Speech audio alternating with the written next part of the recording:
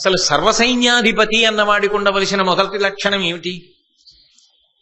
ఎంతమంది ఉండనివ్వండి సైన్యం, ఒకటి ఉడత ఉంటుంది, ఒకటి చీమ ఉంటుంది, ఒకటి కప్పు ఉంటుంది, ఒకటి కోతి ఉంటుంది. అంటే నా ఉద్దేశ్యం ఏమిటంటే బలాబలముల యందు తారతమ్యములు ఉంటాయి. అందరూ ఒక బలం ఉన్న వాళ్ళు ఉండరుగా.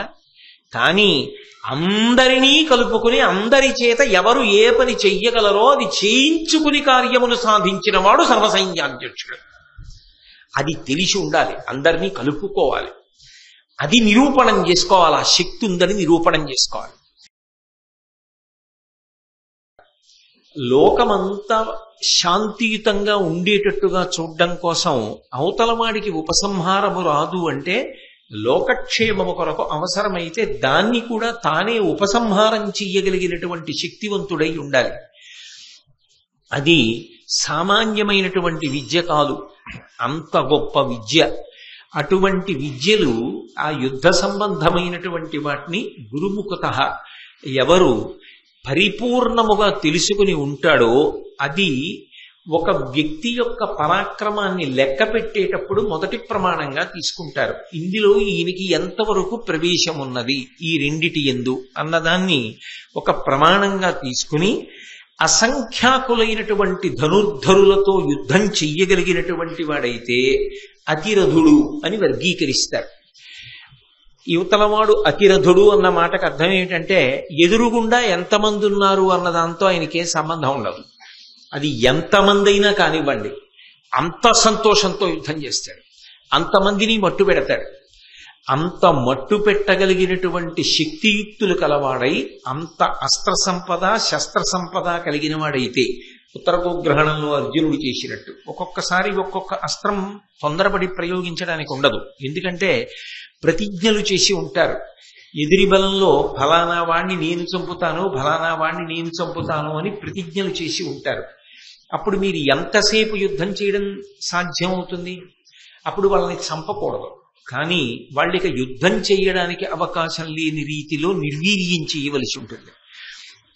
భీష్ముడు ఉన్నాడు, శిఖండి చేతిలో మరణించాలి. ద్రోణుడు ఉన్నాడు, దృష్టద్యుమ్నుడి చేతిలో మరణించాలి. దుర్యోధనుడు ఉన్నాడు, భీముడి చేతిలో మరణించాలి. అలాగే దుశ్శాసనుడు ఉన్నాడు, భీముడి చేతిలో మరణించాలి. ఇలా ఒక్కొక్కడిని చంపడానికి ఒక్కొక్కడు ప్రతిజ్ఞ చేసి ఉంటాడు. ఈ ప్రతిజ్ఞలు చేసిన వాళ్ళు చంపాలి తప్ప చటుక్కునే అవతలవాడు చంపేశాడు అనుకోండి, యువతలవాడికి ప్రతిజ్ఞా పరిపాలన చేసుకునే అవకాశం ఉండదు. అప్పుడు ఇంతమంది యోధుల్ని చంపడం కుదరదు. కాబట్టి సమ్మోహనాస్త్రం ప్రయోగించి అందరూ కూడా ఒరిగిపోయేటట్టుగా చేసి ఆ మాయలోకి మత్తులోకి జారిపోయేటట్టు చేసి గోవుల్ని మరల్చుకుపోయాడు. ఇన్ని విషయములను తెలిసిన్నవాడై ఉండాలి. దాని కొరకు సత్సంప్రదాయములను పాటించాలి. అపారమైనటువంటి క్రమశిక్షణతో జీవితాన్ని గడపాలి. వీటన్నింటినీ ధరించడానికి కావలసినటువంటి తేజస్సును నిలబెట్టుకోవాలి.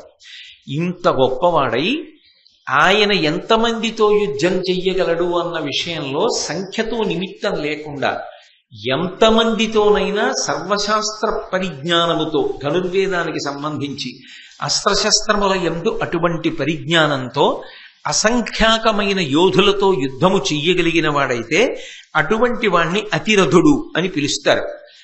మహాభారత యుద్ధకాలంలో భీష్మాచార్యుల వారు కొంతమందిని అతిరథులుగా గుర్తించాడు. కరోపక్షంలో కొన్ని పేర్లు మీ సంతోషం కోసం చెప్తాను. అంటే ఓ ఇంత గొప్పవాళ్ళా అని తెలుసుకోవడానికి. అందులో దుర్యోధనుడు అతిరథుడు, కృతవర్మ అతిరథుడు, శల్యుడు అతిరథుడు, భూరిశ్రవుడు అతిరథుడు. ద్రోణాచార్యుల వారు అసలు సాటి లేని మేటి. ఆయనతో పోల్చడానికి లోకంలో ఇంకొక వీరుడు లేడు అన్నాడు భీష్మాచార్యుల వారు. అంత గొప్పవాడు. కాబట్టి వీళ్ళందరూ అతిరథులు. ఇక 11,000 మందిని గాని 10,000 మందిని గాని చేతిలో ఆయుధం ఉన్నటువంటి వాళ్ళని, ధనుర్బాణములు ప్రయోగించగలిగినటువంటి వాళ్ళని ఒక్కడే నిలబెట్టగలిగితే, వాళ్లతో యుద్ధం చేసి పడగొట్టగలిగితే, అంటే ఆయన శక్తి ఎదురుగుండా ఉన్న 11,000 మంది ధనుర్ధరులను పడగొట్టగలడు. ఇంతమంది ప్రయోగించినటువంటి అస్త్రములకు జవాబైనటువంటి అస్త్రములను ప్రయోగించగలడు. అంతటి శక్తివంతుడైతే ఆయనని మహారథుడు అని పిలుస్తారు. మహాభారత యుద్ధకాలంలో కొంతమంది, నేను అందరి యొక్క జాబితా చెప్పట్లేదు, కౌరవులలో మహారథుల గురించి చెప్పాడు భీష్ముడు. అందులో సైంధవుడు మహారథుడు. త్రిగత్త దేశాధిపతులు 5 మహారథులు, వాళ్ళని మహారథులు అంటారు. ఇక ఒక్కడితో యుద్ధం చెయ్యగలిగినటువంటి వాడిని రథుడు అని పిలుస్తారు. అయితే ఇక్కడ మీరు ఒకటి గమనించవలసి ఉంటుంది. 10,000 మంది అన్నప్పుడు ఏదో చేతిలో ధనస్సో చేతిలో గదవ పట్టుకున్న వాళ్ళతో యుద్ధం చేయడం గొప్ప, అవతలవాడు 1,00,000 మందితో సమానమైనటువంటి మహాయోధుడితో యుద్ధం చేయడం గొప్ప అంటే ఒక్కొక్కసారి రథుడి స్థాయి పెరుగుతూ ఉంటుంది. అటువంటి ఒకడితో యుద్ధం చెయ్యగలిగిన వాడైతే రథుడు అని పిలుస్తారు. లేదా ఒక్కడితో యుద్ధం చెయ్యగలిగిన వాడు కూడా రథుడే. అవతలవాడు ఒకడు యువతలవాడు ఒకడు ద్వంద్వ యుద్ధంలా చెయ్యగలిగిన రథుడు అంటారు. రథుని కన్నా తక్కువ శక్తి కలిగిన వాడు అనుకోండి, బాహ్యంలో అర్ధరథుడు అని పిలుస్తారు. అంటే ఇంకా అదే అధమాధమం, ఇంకా అంతకన్నా తక్కువ ఉండదు. అధమాధమైనటువంటి శక్తి అంటే ఉన్నవారిలో, అసలు యుద్ధానికి వెళ్ళడం సామాన్యమైన విషయం ఏం కాదనుకోండి, అదో చాలా చాలా గొప్ప విషయం. కానీ ఒక్క రథికుడితో తక్కువ శక్తి, అంతకన్నా తక్కువ శక్తితో మాత్రమే పోరాటం చేయగలిగితే అర్ధరథుడు అంటారు. భీష్మాచార్యుల వారు ఈ వర్గీకరణ చేస్తున్నాడు. కౌరవుల వైపు ఎవరెవరు యోధులు, ఏ స్థాయికి వెడతారు, అతిరథుడెవరు, మహారథుడెవరు, సమరథుడెవరు, అర్ధరథుడెవరు, ఇవన్నీ చెప్తున్నాడు. చెప్తూ కర్ణుడి వైపు తిరిగాడు. తిరిగి కర్ణుడి గురించి, కర్ణుడితో చెప్పలేదు, కర్ణుడి వంక చూసి దుర్యోధనుడి వంక చూశాడు. చూసి దుర్యోధనుడితో కర్ణుడి గురించి చెప్పాడు. నీకు బ్రెగ్గడయ్యును నియింపు చెలియునై కయ్యంబునకు ఎప్పుడు కాలుద్రవ్వు పాండుపుత్రులతోడి పగకు నిన్నెసగొల్పు కొలువున రజ్జులు పలుకునట్టి రాధాసుతుండు అర్ధరథుడు కుండలములు కవచంబు పోవుట కారణముగా బీరువారినవాడు వీరిడి కృపన్ పెద్ద పరశురాముండు శాపమున వీని అస్త్ర వీర్యంబు చెరచే అట్లవుట వీడు పార్థు మార్కొని మానంబు ప్రాణములను తనకు సొమ్ముగా దక్కించుకొనగలేమి ఎల్లవారికి ఎంతయు తెల్లమధిపా. దుర్యోధనుడి వంక చూసి కర్ణుడి గురించి చెప్పాడు. ఎందుకని? అసలు యుద్ధానికి ఎవరిని చూసుకుని ఎడుతున్నాడు? కర్ణుడిని చూసుకుని ఎడుతున్నాడు. ఆ కర్ణుడి యొక్క పరాక్రమం ఏమిటో, ఆయన స్థాయి ఏమిటో చెప్తూ భీష్మాచార్యుల వారు కర్ణుడితో చెప్పకుండా దుర్యోధనుడితో చెప్పడం, ఆయనకి అసలు ఈ యుద్ధమునకు కారణభూతుడెవరో తెలుసు కాబట్టి.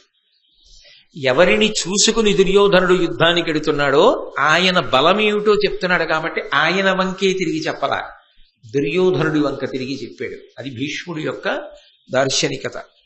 అన్నాడు, నీకు బ్రెగ్గడుయును, నువ్వు మంత్రిలా భావిస్తావే, ఎప్పుడూ ఏ ముఖ్యమైన విషయమైనా సంప్రదింపులు చేస్తూ ఉంటావే, అలా నువ్వు సంప్రదించేటటువంటి వాడు నీకు మంత్రాంగమును చెప్పేటటువంటి వాడు. నీకు మంత్రాంగమును చెప్తాడు కాబట్టి నీకు బ్రెగ్గడు అంటే మంత్రి అని. నీకు మంత్రి, మంత్రము అంటే ఆలోచన అని దాని అర్థం. అందుకే ఆలోచన లేకుండా చింతకాయని కొడితే పడుతుందా కింద? చింతకాయ అయినా ఎప్పుడు పడుతుంది? ఎలా కొడితే ఈ చింతకాయ పడుతుందని ఆలోచించి గురి చూసి కొడితే పడుతుంది. అందుకని మంత్రమునకు చింతకాయ పడుతుందన్న మాటకు అర్థం ఏమిటంటే ఆలోచనకు చింతకాయ పడుతుంది అని దాని అర్థం. అంతేగాని దాన్ని ఇంకొక రకంగా అన్వయం చెయ్యమని కాదు. కాబట్టి నీకు బ్రెగ్గడుయును నెయ్యంపు చెలియునై కయ్యంబునకు ఎప్పుడు కాలుద్రవ్వు. నీకు మంచి స్నేహితుడు, అన్నిటినీ మించి యుద్ధానికి ఎప్పుడు కూడా ముందుంటాడు, కాలు తవ్వుతుంటాడు. ఎప్పుడు యుద్ధం వస్తుందా, నేనున్నాను, నేనుండగా భయం ఏమిటి అంటూ ఉంటాడు. అటువంటి వాడు పాండుపుత్రులతోడి పగకు నిన్నెసగొల్పు కొలువున రజ్జులు పలుకునట్టి. ఎప్పుడూ పాండుపుత్రులతోడి నీకు వైరము కలిగేటట్టుగా మాట్లాడతాడు. ఏ కారణము చేత కూడా నీకు పాండుపుత్రులతో సంధి కానీ ప్రేమ కానీ కలగకుండా నిరంతరము ప్రయత్నిస్తుంటాడు. కొలువున రొజ్జులు పలుకునట్టి అలా నీతో వాళ్ళకి సంధి కలగకుండా, ప్రేమ ఏర్పడకుండా ఎప్పుడూ అహంకారపూరితమైనటువంటి మాటలు మాట్లాడుతూ ఉంటాడు. మీ ఇద్దరిని విడదీసేటటువంటి ప్రయత్నమే చేస్తూ ఉంటాడు. రాధాసుతుండు అర్ధరుధుడు. ఈ రాధాసుతుడున్నాడే కర్ణుడు, ఈయన అర్ధరుధుడు. కుండలములు కవచంబు పోగుట కారణముగా బీరువారినవాడు. ఈయనకి సహజంగా కవచకుండలములు ఉన్నాయి. ఆ కారణము చేత అవధ్యుడు, ఎవరి చేత చంపబడడం. కానీ ఆ కవచకుండలములను పోగొట్టుకున్నాడు, ఇచ్చేశాడు. ఇచ్చేసిన కారణం చేత అంత పెద్ద స్థాయి నుండి కిందకి జారిపోయాడు. కాబట్టి ఇప్పుడు అవధ్యుడు అన్న స్థాయిని చెప్పడం కుదరదు. వీరిడి, ఇతనికి బుద్ధి లేదు. బుద్ధి అంటే ఏ విషయంలో ఏది ఎలా నిశ్చయం చేసుకోవాలన్న విషయాన్ని సమగ్రంగా ఆలోచన చెయ్యలేడు. కాబట్టి వీరిడి, బుద్ధి లేనివాడు. కృపన్ పెద్ద, దయ విషయంలో అంటావా చాలా గొప్పవాడు, చాలా దయ కలిగినటువంటి వాడు. అదే ఈయన కొంప ముంచుతూ ఉంటుంది కూడా, ఈ దయే. కాబట్టి చాలా దయ కలిగిన వాడు అంటే ఆయనకి తెలియని విషయాలు లేవు అని అర్థం అవట్లా భీష్మాచార్యుల వారికి. ఈ పద్యాన్ని బట్టి మీరు జాగ్రత్తగా పరిశీలిస్తే కర్ణుడి యొక్క జన్మవృత్తాంతం కూడా భీష్ముడికి తెలుసు. భీష్ముడికి తెలిసే భీష్ముడు కర్ణుడికి చెప్పలేదు అని అనవలసి ఉంటుంది భారతంలో. లేకపోతే కర్ణుడి యొక్క శీల వైభవం గురించి ఇంత చక్కగా చెప్పడం సాధ్యం కాదు. కాబట్టి ఆయన చాలా దయగలిగినటువంటి వాడు. పరశురాముండు శాపమున వీని అస్త్రవీర్యంబు చెరిచే. పరశురాముడు శపించాడన్నమాట దుర్యోధనుడితో కర్ణుడు చెప్పలా, కానీ భీష్ముడు చెప్తున్నాడు. పరశురాముడు శపించాడు ఆఖరణ. అందుచేత ఇతనికి అస్త్రశక్తి లోపించింది, ఇతని అస్త్రములు భగ్నమవుతాయి. అందుచేత అట్లవుట వీడు పార్థు మార్కొని మానంబు ప్రాణములను తనకు సొమ్ముగా దక్కించుకొనగలేవి. అర్జునుడితో యుద్ధం చెయ్యాలని నువ్వు కోరుకుంటూ ఉంటావు ఈ కర్ణుడు. కానీ అర్జునుడితో యుద్ధం చేసినప్పుడు మానము ప్రాణము రెండూ దక్కించుకోలేడు. అర్జునుడితో యుద్ధం చేసి ప్రాణం పోగొట్టుకునేటప్పుడు ఆ సమయమునందు చెప్పబడిన వాటల వలన గౌరవాన్ని పోగొట్టుకుంటాడు, ప్రాణాన్ని పోగొట్టుకుంటాడు. అర్జునుడి చేతిలో రెండిటినీ విడిచిపెడతాడు. కాబట్టి మానంబు ప్రాణములను తనకు సొమ్ముగా దక్కించుకొనగలేమి ఎల్లవారికి అంతయు తెల్లమధిపా. నేనే చెప్పానని అనుకోకు దుర్యోధన, బహుశః నీకు తప్ప అందరికీ తెలిసే విషయాలు. నువ్వు ఒక్కడివే కర్ణుడు అర్జునుడిని చంపుతాడు అనుకుంటావు. కాబట్టి కర్ణుడు అర్ధరథుడే అని చెప్పాడు. అర్ధరథుడే అన్న ఈ మాట అనేక వ్యాఖ్యలకు దారితీసింది. అర్ధరథుడే అంటే కేవలముగా ఎదురుగుండా ఉన్నటువంటి ఎవరో ఒక్క వీరుడితో కూడా యుద్ధము చెయ్యడంలో తక్కువ స్థాయి కలిగిన వాడు అని భీష్ముడు కర్ణుడి విషయంలో అని ఉండి ఉంటే ఖచ్చితంగా భీష్మాచార్యుల వారు పక్షపాత బుద్ధితో మాట్లాడినట్లే. అంత శౌర్యము లేనివాడు, అంత పరాక్రమహీనుడు కర్ణుడు కాడు.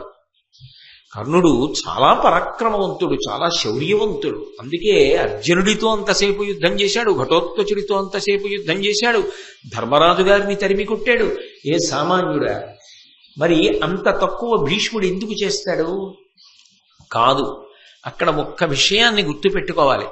ఎవరితో పోలిక చెప్తున్నాడంటే ఈ కర్ణుడి పగ అంతా అర్జునుడి మీద, అర్జునుడి యొక్క ప్రతిజ్ఞ కర్ణుడి మీద, కర్ణుడి ప్రతిజ్ఞ అర్జునుడి మీద. అర్జునుడు కర్ణుడిని చంపుతానంటాడు. ఎందుకనంటే ఆ సభాపర్వంలో అరణ్యవాసానికి వెళ్ళిపోయే ముందు అర్జునుడు ప్రతిజ్ఞ చేశాడు కర్ణుడిని పడగొడతానని. అర్జునుడిని పడగొడతానని కర్ణుడు 2 మాటలు ప్రతిజ్ఞ చేశాడు.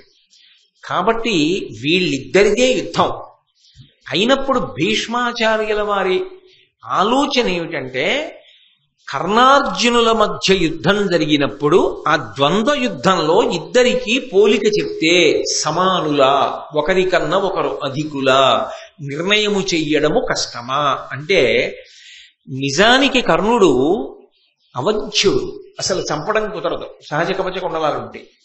ఆ పైన పరశురాముడి యొక్క అస్త్ర విద్య అంతా కూడా ఈయన యందు ప్రకాశించి ఉంటే ఏమో ఈయన ఎంత గొప్పవాడో, అర్జునుణ్ణి పడగొడతాడు అని చెప్పడం సాధ్యమై ఉండుండేదేమో. కానీ ఏ ప్రధానమైన అస్త్రములను రేపు యుద్ధంలో ప్రయోగించవలసి ఉంటుందో అవి పరశురాముని యొక్క శాపము చేత పోయి 2 కవచకుండలములు పోయి. ఇప్పుడు ఇవి 2 పోయిన కారణం చేత కర్ణుడితో అర్జునుడు యుద్ధం చెయ్యడం సంభవించిన నాడు అర్జునుడిలో సగము మాత్రమే కర్ణుడు. కాబట్టి అసలు ఇద్దరి మధ్య పోటీ అన్నమాట లేదు. ఇంకా అర్జునునితో పోల్చినప్పుడు అర్జునుని యొక్క శక్తిలో సగము శక్తి మాత్రమే కర్ణునిది. ఇది భీష్మాచార్యుల వారి యొక్క హృదయం. అందుకే దుర్యోధనుడి వంక తిరిగి చెప్పాడు ఈ మాట. అర్ధరథుడు దేనితో? అర్ధరథుడు అని ఊరుకోలేదు, కిందంతా అర్జునుడితో పోల్చాడు. అందుకే అర్ధరథుడు కుండలములు కవచంబు పోగుట కారణముగా విరుమారినవాడు వీరిడి. ఎందుకు బుద్ధి లేనివాడు అన్న మాట అంటున్నాడు భీష్ముడు. అంటే పెద్దవాడిగా ఆయన దృష్టిలో ఏమిటంటే ఈయన తన శక్తిని తాను నిష్పక్షపాతంగా అంచనా వేసుకుంటే ఇవన్నీ ఉండగా, కవచకుండలములు ఉండగా కూడా అర్జునుడితో ఓడిపోయాడు. ఇప్పుడు చాలా పోగొట్టుకుని అర్జునుడి ముందుకు వెడుతున్నాడు. వెడుతున్నప్పుడు అర్జునుణ్ణి చంపడం అంత తేలిక కాదు అని దుర్యోధనుడితో అనుంటే ఇంత ప్రమాదం జరిగి ఉండేది కాదు. ఆ బుద్ధి ప్రదర్శించలేదు. అందుకని వీరిడి కృపం పెద్ద, దయలో చాలా గొప్పవాడు. నిజంగా కర్ణుడి దయా విశేషం ఎటువంటిదో మీరందరూ విన్నారుగా. చాలా దయ కలిగిన వాడు, చాలా ప్రేమ కలిగిన వాడు. కానీ ఆయన దయ, ఆయన ప్రేమ ఆయనకు అక్కరకొచ్చినవి కావు. ఆయన ఇబ్బంది పడ్డానికి పనికొచ్చాయి. కుంతీదేవితో 4 జోలికి వెళ్ళను అర్జునుడు వినా అన్నాడు. ఆ మాట దుర్యోధనుడితో వచ్చి చెప్పలేదుగా. నేను 4 చెయ్యనని చెప్పలేదుగా. ఇవన్నీ తెలియవు దుర్యోధన నీకు అంటే భీష్ముడు ప్రకటనంగా చెప్పలేదు. కానీ తన దయ తనని పాడు చేసింది కర్ణుడిని. సూర్యుడు చెప్పినా వినకుండా కవచకుండలాలు ఇచ్చాడు. వజ్జుడైపోయాడు. అందుకే ఈ 2 విషయాల్ని ప్రధానంగా ప్రస్తావన చేస్తూ కుంతీదేవికి ఇచ్చినటువంటి ప్రత్యేకమైనటువంటి అవకాశం ఏదైతే ఉందో, నీ కుమారులలో అర్జునుణ్ణి తక్క 4 నేను దొరికినా విడిచిపెట్టేస్తానన్న మాట ఏది ఉన్నదో, ఆమె అడగకపోయినా తానన్న మాట ఏది ఉన్నదో అది మాతృమూర్తి యందున్నటువంటి ప్రేమ చేత అన్నమాట. ఇప్పుడు నిస్సందేహంగా దయ కలిగినవాడు, నిస్సందేహంగా ప్రేమ కలిగినవాడు. కానీ ఆ దయ అక్కరకొచ్చినది కాదు, దాని చేత రక్షణను పొందినవాడు కాడు. అందుచేత ఇతను అర్జునుడితో యుద్ధం చేసినప్పుడు అర్ధరథుడు మాత్రమే. ఇది భీష్మాచార్యుల వారి యొక్క తీర్పు. అయితే పాఠం చెప్పిన వాడెవరు? ద్రోణాచార్యుల వారు. ద్రోణాచార్యుల వారు వెంటనే లేచాడు. మహాభారతంలో సాధారణంగా ఏదైనా కీలకమైన విషయాన్ని భీష్ముడు మాట్లాడితే అప్రయత్నంగానే ద్రోణాచార్యుల వారు కూడా లేచి మాట్లాడతారు. అందుకని ద్రోణుడు అన్నాడు, అనవుడు గురుడు ఇట్లను కర్ణుని చందము మున్ను కడగు రోయడు పారన్ వినుమేమరియుండుంగావున ఈతండర్ధరుదుండవున్ తలపోయన్. ద్రోణాచార్యుల వారు కూడా జరగపోయేటటువంటి యుద్ధాన్ని దృష్టిలో పెట్టుకుని మాట్లాడుతున్నాడు. ఆయన అన్నాడు, కర్ణుని చందము మున్ను కడగు. కర్ణునికి ఉన్నది గొప్ప ఆవేశం. ముందు చాలా తొందరగా వెళ్ళిపోతాడు యుద్ధానికి, చాలా దూకుడుగా ముందుకు వెళ్ళిపోతాడు. చాలా దూకుడుగా ముందుకు వెళ్ళిపోయిన తరువాత నిలబడిపోడు. రోయడు పారన్, అవసరమైతే తన మీదకి బాణాలు వచ్చి పడిపోతున్నాయి అనుకుంటే ఎంత తొందరగా ముందుకెళ్ళాడో అంత తొందరగా యుద్ధభూమిని విడిచిపెట్టి పారిపోతాడు. ఇవన్నీ గతంలో జరిగినవే. జరిగిన వాటిని దృష్టిలో పెట్టుకునే మాట్లాడుతున్నారు ద్రోణాచార్యుల వారు. కాబట్టి రోయడు పారన్ వినుమేమరియుండుంగావున, ఏదో ఆలోచిస్తూ ఉంటాడు. యుద్ధంలో చాలా జాగ్రత్తగా దృష్టిని దాని మీదే కేంద్రీకరించవలసి ఉంటుంది. కానీ పరాకుగా ఉంటాడు, ఏదో ఆలోచిస్తూ ఉంటాడు. ఆయన కర్మ విధివంచితుడు, దురదృష్టవంతుడు. అందరూ మా అన్నయ్య మా తమ్ముడు అని చెప్పుకుంటారు, ఆయన చెప్పలేడు. ఆయన పైకి ధర్మరాజు దొరుకుతాడు, కానీ కుంతికి ఇచ్చిన మాట గుర్తొస్తుంది, చంపలేడు. నకుల సహదేవులు దొరికినా చంపలేడు. అర్జునుడితో తెగించి యుద్ధానికి ఎడతాడు, తెలుసు చనిపోతానని, తెలుసు దుర్యోధనుడికి ఇచ్చిన మాట నిలబెట్టుకోలేనని. కృష్ణుడితో చెప్పాడు కదా ఈ మాటలు. తనకొచ్చిన శాపముల గురించి తెలుసు, తన గుండెల్లో అగ్నిపర్వతాలు బద్దలవుతూ ఉంటాయి, కానీ అన్నీ సహిస్తూ ఉంటాడు. ఒకడికి ఒక సమస్య అయితేనే ఇబ్బందిగా ఉంటే ఇన్ని సమస్యలు బుద్ధి యందు ఉన్నవాడు చాలా బుద్ధి పెట్టి నిశ్చయాత్మకమైనటువంటి బుద్ధితో యుద్ధం చేయడం ఎలా సాధ్యం అవుతుందండి? బహుశా అక్కడ యుద్ధం చేసే వాళ్ళందరిలోకి ఇన్ని పరిమితులు ఉన్నటువంటి వాడు కర్ణుడు ఒక్కడే. ఆయనకి ఇవన్నీ జ్ఞాపకానికి వస్తున్నప్పుడు తను పడిన బాధ, తను పడిన ఆవేదన జ్ఞాపకానికి వస్తున్నప్పుడు తనకెంత ఇబ్బందిగా ఉంటుంది. అంతవరకు ఎందుకండి? యుద్ధభూమికి వెళ్ళిన తరువాత అర్జునుడికి సారథి కృష్ణ భగవానుడు. తెలీదా కర్ణుడికి? సాక్షాత్ పరమేశ్వరుడని తెలుసు. పరమేశ్వరుడు రథం నడుపుతున్నాడు. తనకి నిజానికి సారథ్యంలో కృష్ణుడితో సమానుడైన తన మనసు గాయపడేటట్టుగా మాట్లాడి ఉన్న అగ్నిహోత్రం చాలక ఎదురుగుండా ఇంకో అగ్నిహోత్రాన్ని పెట్టుకుని యుద్ధం చేశాడు. ఇంకా ఆయనకి బుద్ధి ఎలా నిలబడుతుంది? అసలు ఎలా సాధ్యం అవుతుంది? యుద్ధంలో కర్ణుడికి ఉన్నటువంటి వేరొక పెద్ద ఇబ్బంది ఏమిటంటే, ఎప్పుడూ కర్ణుడు ఎవరితోనో మాటల యుద్ధానికి ఎడతాడు ముందు తన పక్షం వాళ్ళతో. ఆ పైన నిజంగా ఏ అర్జునుడు మీదకు వస్తున్నప్పుడు తన పక్షం వాళ్లే వచ్చి దిప్పి పొడుస్తారు. వస్తున్నాడు, ఇప్పటిదాకా చెప్పావుగా చెయ్యి, ఇప్పుడు నీకు శకునక్కరకి రాడు అంటారు. ఆయనకి ఎదుటి వాళ్ళు ప్రకటనమైన శత్రువులు, ఆయనకి తన వైపు వాళ్ళు అప్రకటిత శత్రువులు. అందుకని ఆయన నిజానికి ఉన్నది ఎప్పుడూ శత్రువుల మధ్యలోనే. అందుకే ఆయన ఆదరింపబడిన వాడు కాడు. భీష్ముడు నన్ను ఆదరించలేదని ఒక భావన. ద్రోణుడు అర్జునుడికి చెప్పినట్టుగా నాకు విద్య చెప్పలేదు. నిజం కూడా ఆయనేగా చెప్పాడు, నేను బ్రహ్మాస్త్రం నీకు ఇవ్వలేను అని చెప్పాడుగా. అర్జునుడికి అన్ని చెప్పాడు, నాకు చెప్పలేదు. ఆ భావన ఉంటుందా ఉండదా? అందుకే అవకాశం వచ్చిందా బాధ తట్టుకోలేడు, ఆ ఆర్తి తట్టుకోలేక భీష్ముణ్ణి ద్రోణుణ్ణి నింద చేస్తూ ఉంటాడు, పెద్దల్ని నింద చేస్తూ ఉంటాడు అని అపకీర్తి పొందుతూ ఉంటాడు. ఆయన ఎదగాలనుకున్నప్పుడు అడ్డొచ్చిన విశేషాల బాధ ఆయన కాకపోతే ఎవడ పడతాడు? బాధ అయింది మరి. అందుకే యుద్ధంలో దృష్టి కేంద్రీకరణం చెయ్యలేడు, పరాకుగా ఉంటాడు. కానీ ఇది గురువుగా ద్రోణాచార్యుల వారు అప్పుడు చెప్తున్నాడు, ఈయనకి పరాకు ఉంటుంది యుద్ధంలో. అందుకే అన్ని వేళలా నిలబడడు, ముందు వెడతాడు, తొందరగా పారిపోతాడు. యుద్ధంలో పరాకుగా ఉంటాడు. ఈతండర్ధరదుండవుందలపోయన్, ఈ గుణములు ఉన్నవాడి దగ్గర పరాక్రమమున్నా నిలబడదు. కాబట్టి ఇతడు అర్ధరథుడే అన్నాడు. భీష్ముడు ఆ మాటే, ద్రోణుడు ఆ మాటే. అంటే అర్జునుడిని దృష్టిలో పెట్టుకుని. కానీ అర్జునుడి మీద యుద్ధానికి ఇంకా అటో ఇటో అని వెళ్ళేటప్పుడు ఖచ్చితంగా అర్జునుడిలో నువ్వు సగమే. అంటే తను పడిపోవడం నిశ్చయం అయిపోయినట్టే కదా.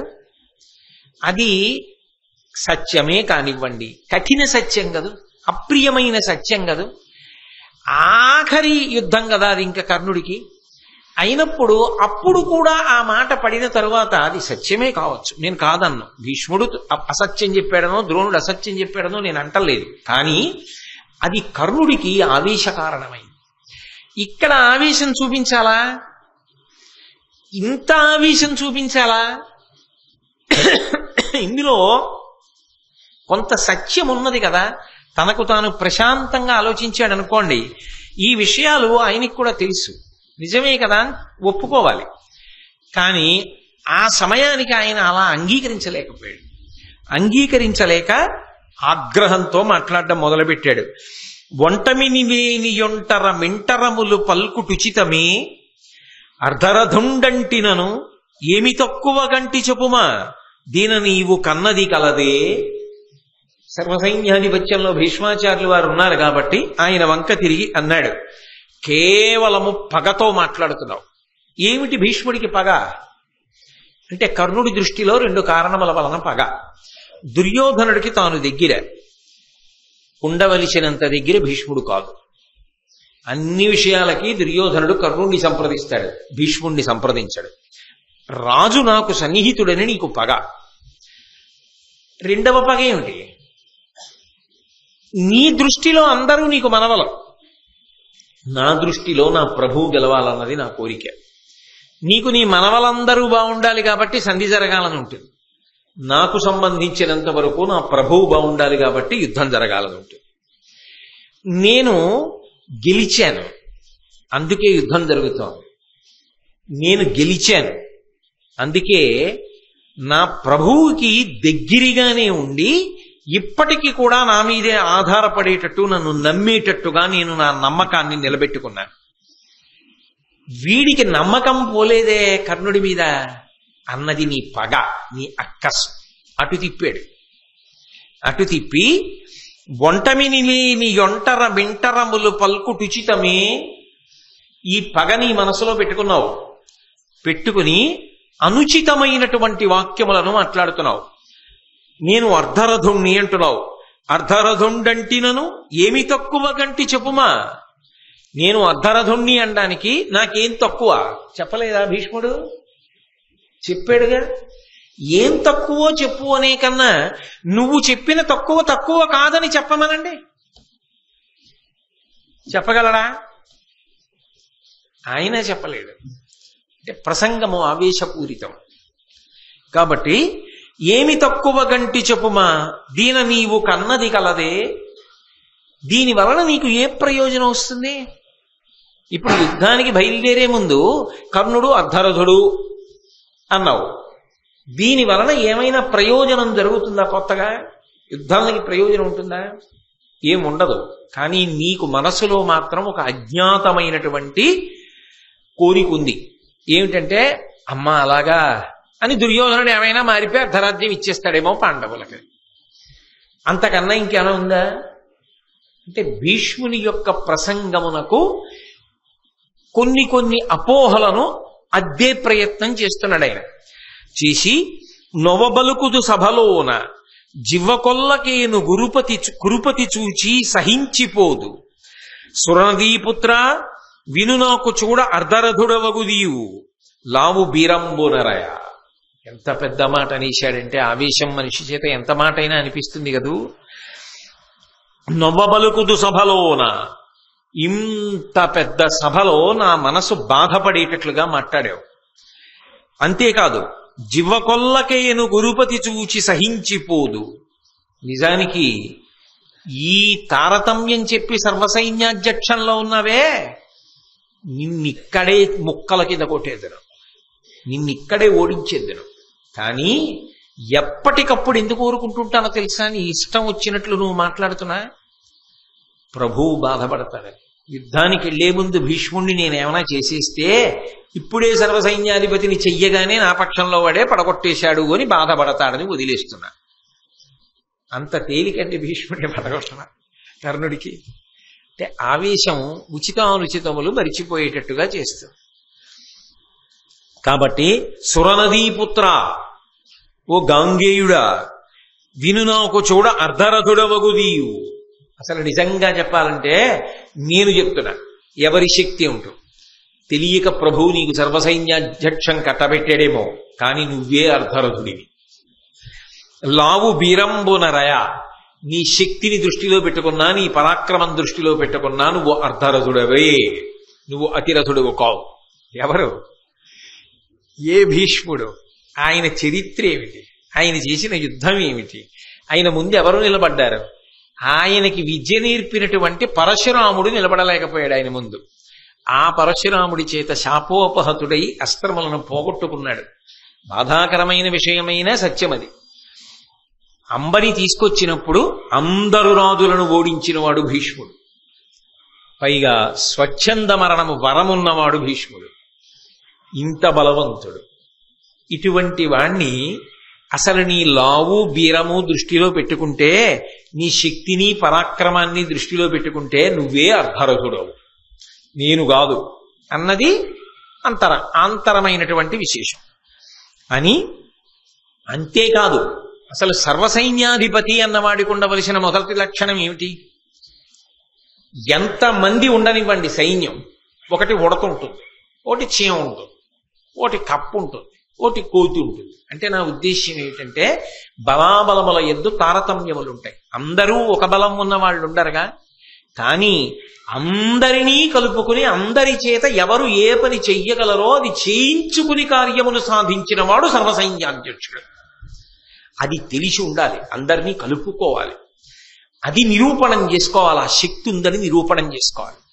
నువ్వేం చేశావు? కర్జము తప్పే నీ ఎదుర కష్టపు మాటలకేలయోర్తురు, ఈ దుర్జనుడైన శాంతనవు దొర్బలమీటిది, ఈతడొక్కడున్ వర్జితుడైననేమి, నృపవర్గము కుందుట యొటబాయునే, అర్జున పక్షపాతి ఇతడాలము మేకుని చెయ్యడుంజుమి. దుర్యోధనుడితో అంటున్నాడు, కర్జము తప్పే, కార్యమంతా పాడైపోయింది ఇలాంటి వాడికి సర్వసైన్యాధ్యక్షం ఇస్తే. నీ ఎదుర కష్టపు మాటలకేలయోర్తురు, ఈ దుర్జనుడైన శాంతనవు దొర్బలమేటిది. నీ ఎదురుగుండానే ఓ దుర్యోధన, వాడు అతిరథుడు, వీడు అర్ధరథుడు, వీడు సమరథుడు, వీడు అతిరథుడు, ఇలా విడదీసి మాట్లాడుతుంటే నిజంగా శక్తి ఉన్నవాడు కూడా ఏమనుకుంటాడు? నన్ను అలా అన్నాడు కదా, ఇంకా నేను ఎందుకు వెళ్ళాలి యుద్ధానికి అనుకుంటాడు. పాడైపోయిందా యుద్ధం? ఎవరు చెప్పన్నారు ఇవన్నీ? ఈయనకి సర్వసైన్యాధ్యక్షం ఏమిటి? ఈయనకి అసలు అటువంటి పదవిలో కూర్చోబెట్టి అందరినీ కలుపుకుని యుద్ధానికి తీసుకెళ్లమండం ఏమిటి? శాంతనవు దౌర్బలమేటిది. ఈ శాంతనవుడు ఏ పాటి కార్యక్రమాన్ని చక్కబెట్టగలడు? ఏ పాటి శౌర్య పరాక్రమములు ఉన్నవాడు? ఈతడొక్కడు వర్జితుడైననేమి. అసలు ఇతను ఒక్కడిని తీసి అవతల బారేస్తే యుద్ధంలోంచి వచ్చిన నష్టం ఏమిటి? ఈ భీష్ముడు లేకపోతే యుద్ధం జరగదా? 18 రోజుల యుద్ధంలో 10 రోజులు అయింది. 3-9 రోజుల్లో యుద్ధంలో కృష్ణుడంతటి వాడు చక్రం పట్టుకున్నాడు. అది భీష్ముడు. ఆ భీష్ముడిని తీసి అవతల వారేమన్నాడు కర్ణుడు. అంటే ఆ విషయం ఎంత మాట అయినా అనేసేటట్టు చేస్తుంది. కాబట్టి ఈతడొక్కడున్ వర్జితుడైననేమి, నృపవర్గము కుందుట యొంటబాయునే. ఇంతమంది రాజులు మనసు కష్టపెట్టుకుని రేపు పొద్దున్న మనపూర్తిగా యుద్ధం చేయకపోతే నీకు కలిసి వస్తుందా? అర్జున పక్షపాత ఇతడాలము మీకుని చెయ్యడుంజుమి. ఇతడు అర్జునుడి పట్ల పక్షపాతం ఉన్నవాడు. అర్జునుడిని చంపడం, అర్జునుడి జోలికి వెళ్ళడం. ఇతడు పక్షపాతంతో చేసేటటువంటి యుద్ధము వలన నీకు జయము లభించడు దుర్యోధన. ఇటువంటి వాడిని ఎందుకు పెడతావు సర్వసైన్యాధ్యక్షంలో? అక్కడ పోతే వచ్చే నష్టం లేదు, తీసవతల బారై. చాలా కాలంబు పోవక చతురులైన వృద్ధ జనముల బుద్ధులు విండ్రుగాక, ముదియ మతిదప్పి నోరికి నొదవినట్లు పలుకు వెడగుల మాటలు పడియగుని. లోకంలో వృద్ధులు ఉంటారు, వయసు బాగా పెద్దదైన వాళ్ళు. వాళ్ళు పూజనీయులు, గౌరవనీయులు. ఎందుచేత అంటే వాళ్ళది అనుభవం. ఒక పుస్తకం చదవడానికి, అనుభవం సంపాదించడానికి సముద్రానికి చిన్న చలంకి, చలం అంటే ఏట్లో ఇసుక ఇలా తీస్తే చిన్న నీరు వచ్చి ఉబికి ఏర్పడుతుంది. దీనికి ఉన్నంత తేడా ఉంటుంది. అనుభవము అనుభవమే. అనుభవముతో తుల్యము పుస్తక జ్ఞానము కాదు. ఒక విషయాన్ని అనుభవ పురస్సరంగా నిర్వహించడం అనేటటువంటిది ఎప్పుడూ జీవితంలో గొప్ప విషయం. అందుకే అనుభవమునకు గౌరవము, అనుభవమునకు పెద్దపీట వెయ్యడం ప్రాజ్ఞుల యొక్క లక్షణం. అనుభవము వయస్సుతో పాటు వస్తుంది తప్ప జ్ఞానం వస్తుందేమో, 10 పుస్తకాలు చదివితే పుస్తక జ్ఞానం వస్తుందేమో, అనుభవం మాత్రం వయస్సుతో రావాలి. డక్కాముక్కీలు తింటే రావాలి. కష్టసుఖములు ఒడుదుడుకులు చూసి ఓరిస్తే వచ్చేటటువంటిది. దాన్ని పక్కన పెట్టడానికి, చులకన చేయడానికి వీల్లేదు. కాబట్టి పెద్దరికము ఎప్పుడూ గౌరవనీయమే. వయసులో పెద్దవాడైతే ఏమిటండి అన్న మాట అనడానికి వీల్లేదు. ఆయనకున్న అనుభవముల యందు వాటి ముందు నీ జ్ఞానము సరిపోదు. ఆయన పండినవాడు జీవితంలో. ఆయన మార్గదర్శనం చెయ్యడానికి అర్హులు. కాబట్టి వయస్సులో పెద్దవారికి గౌరవము ఇచ్చి తీరవలసినది.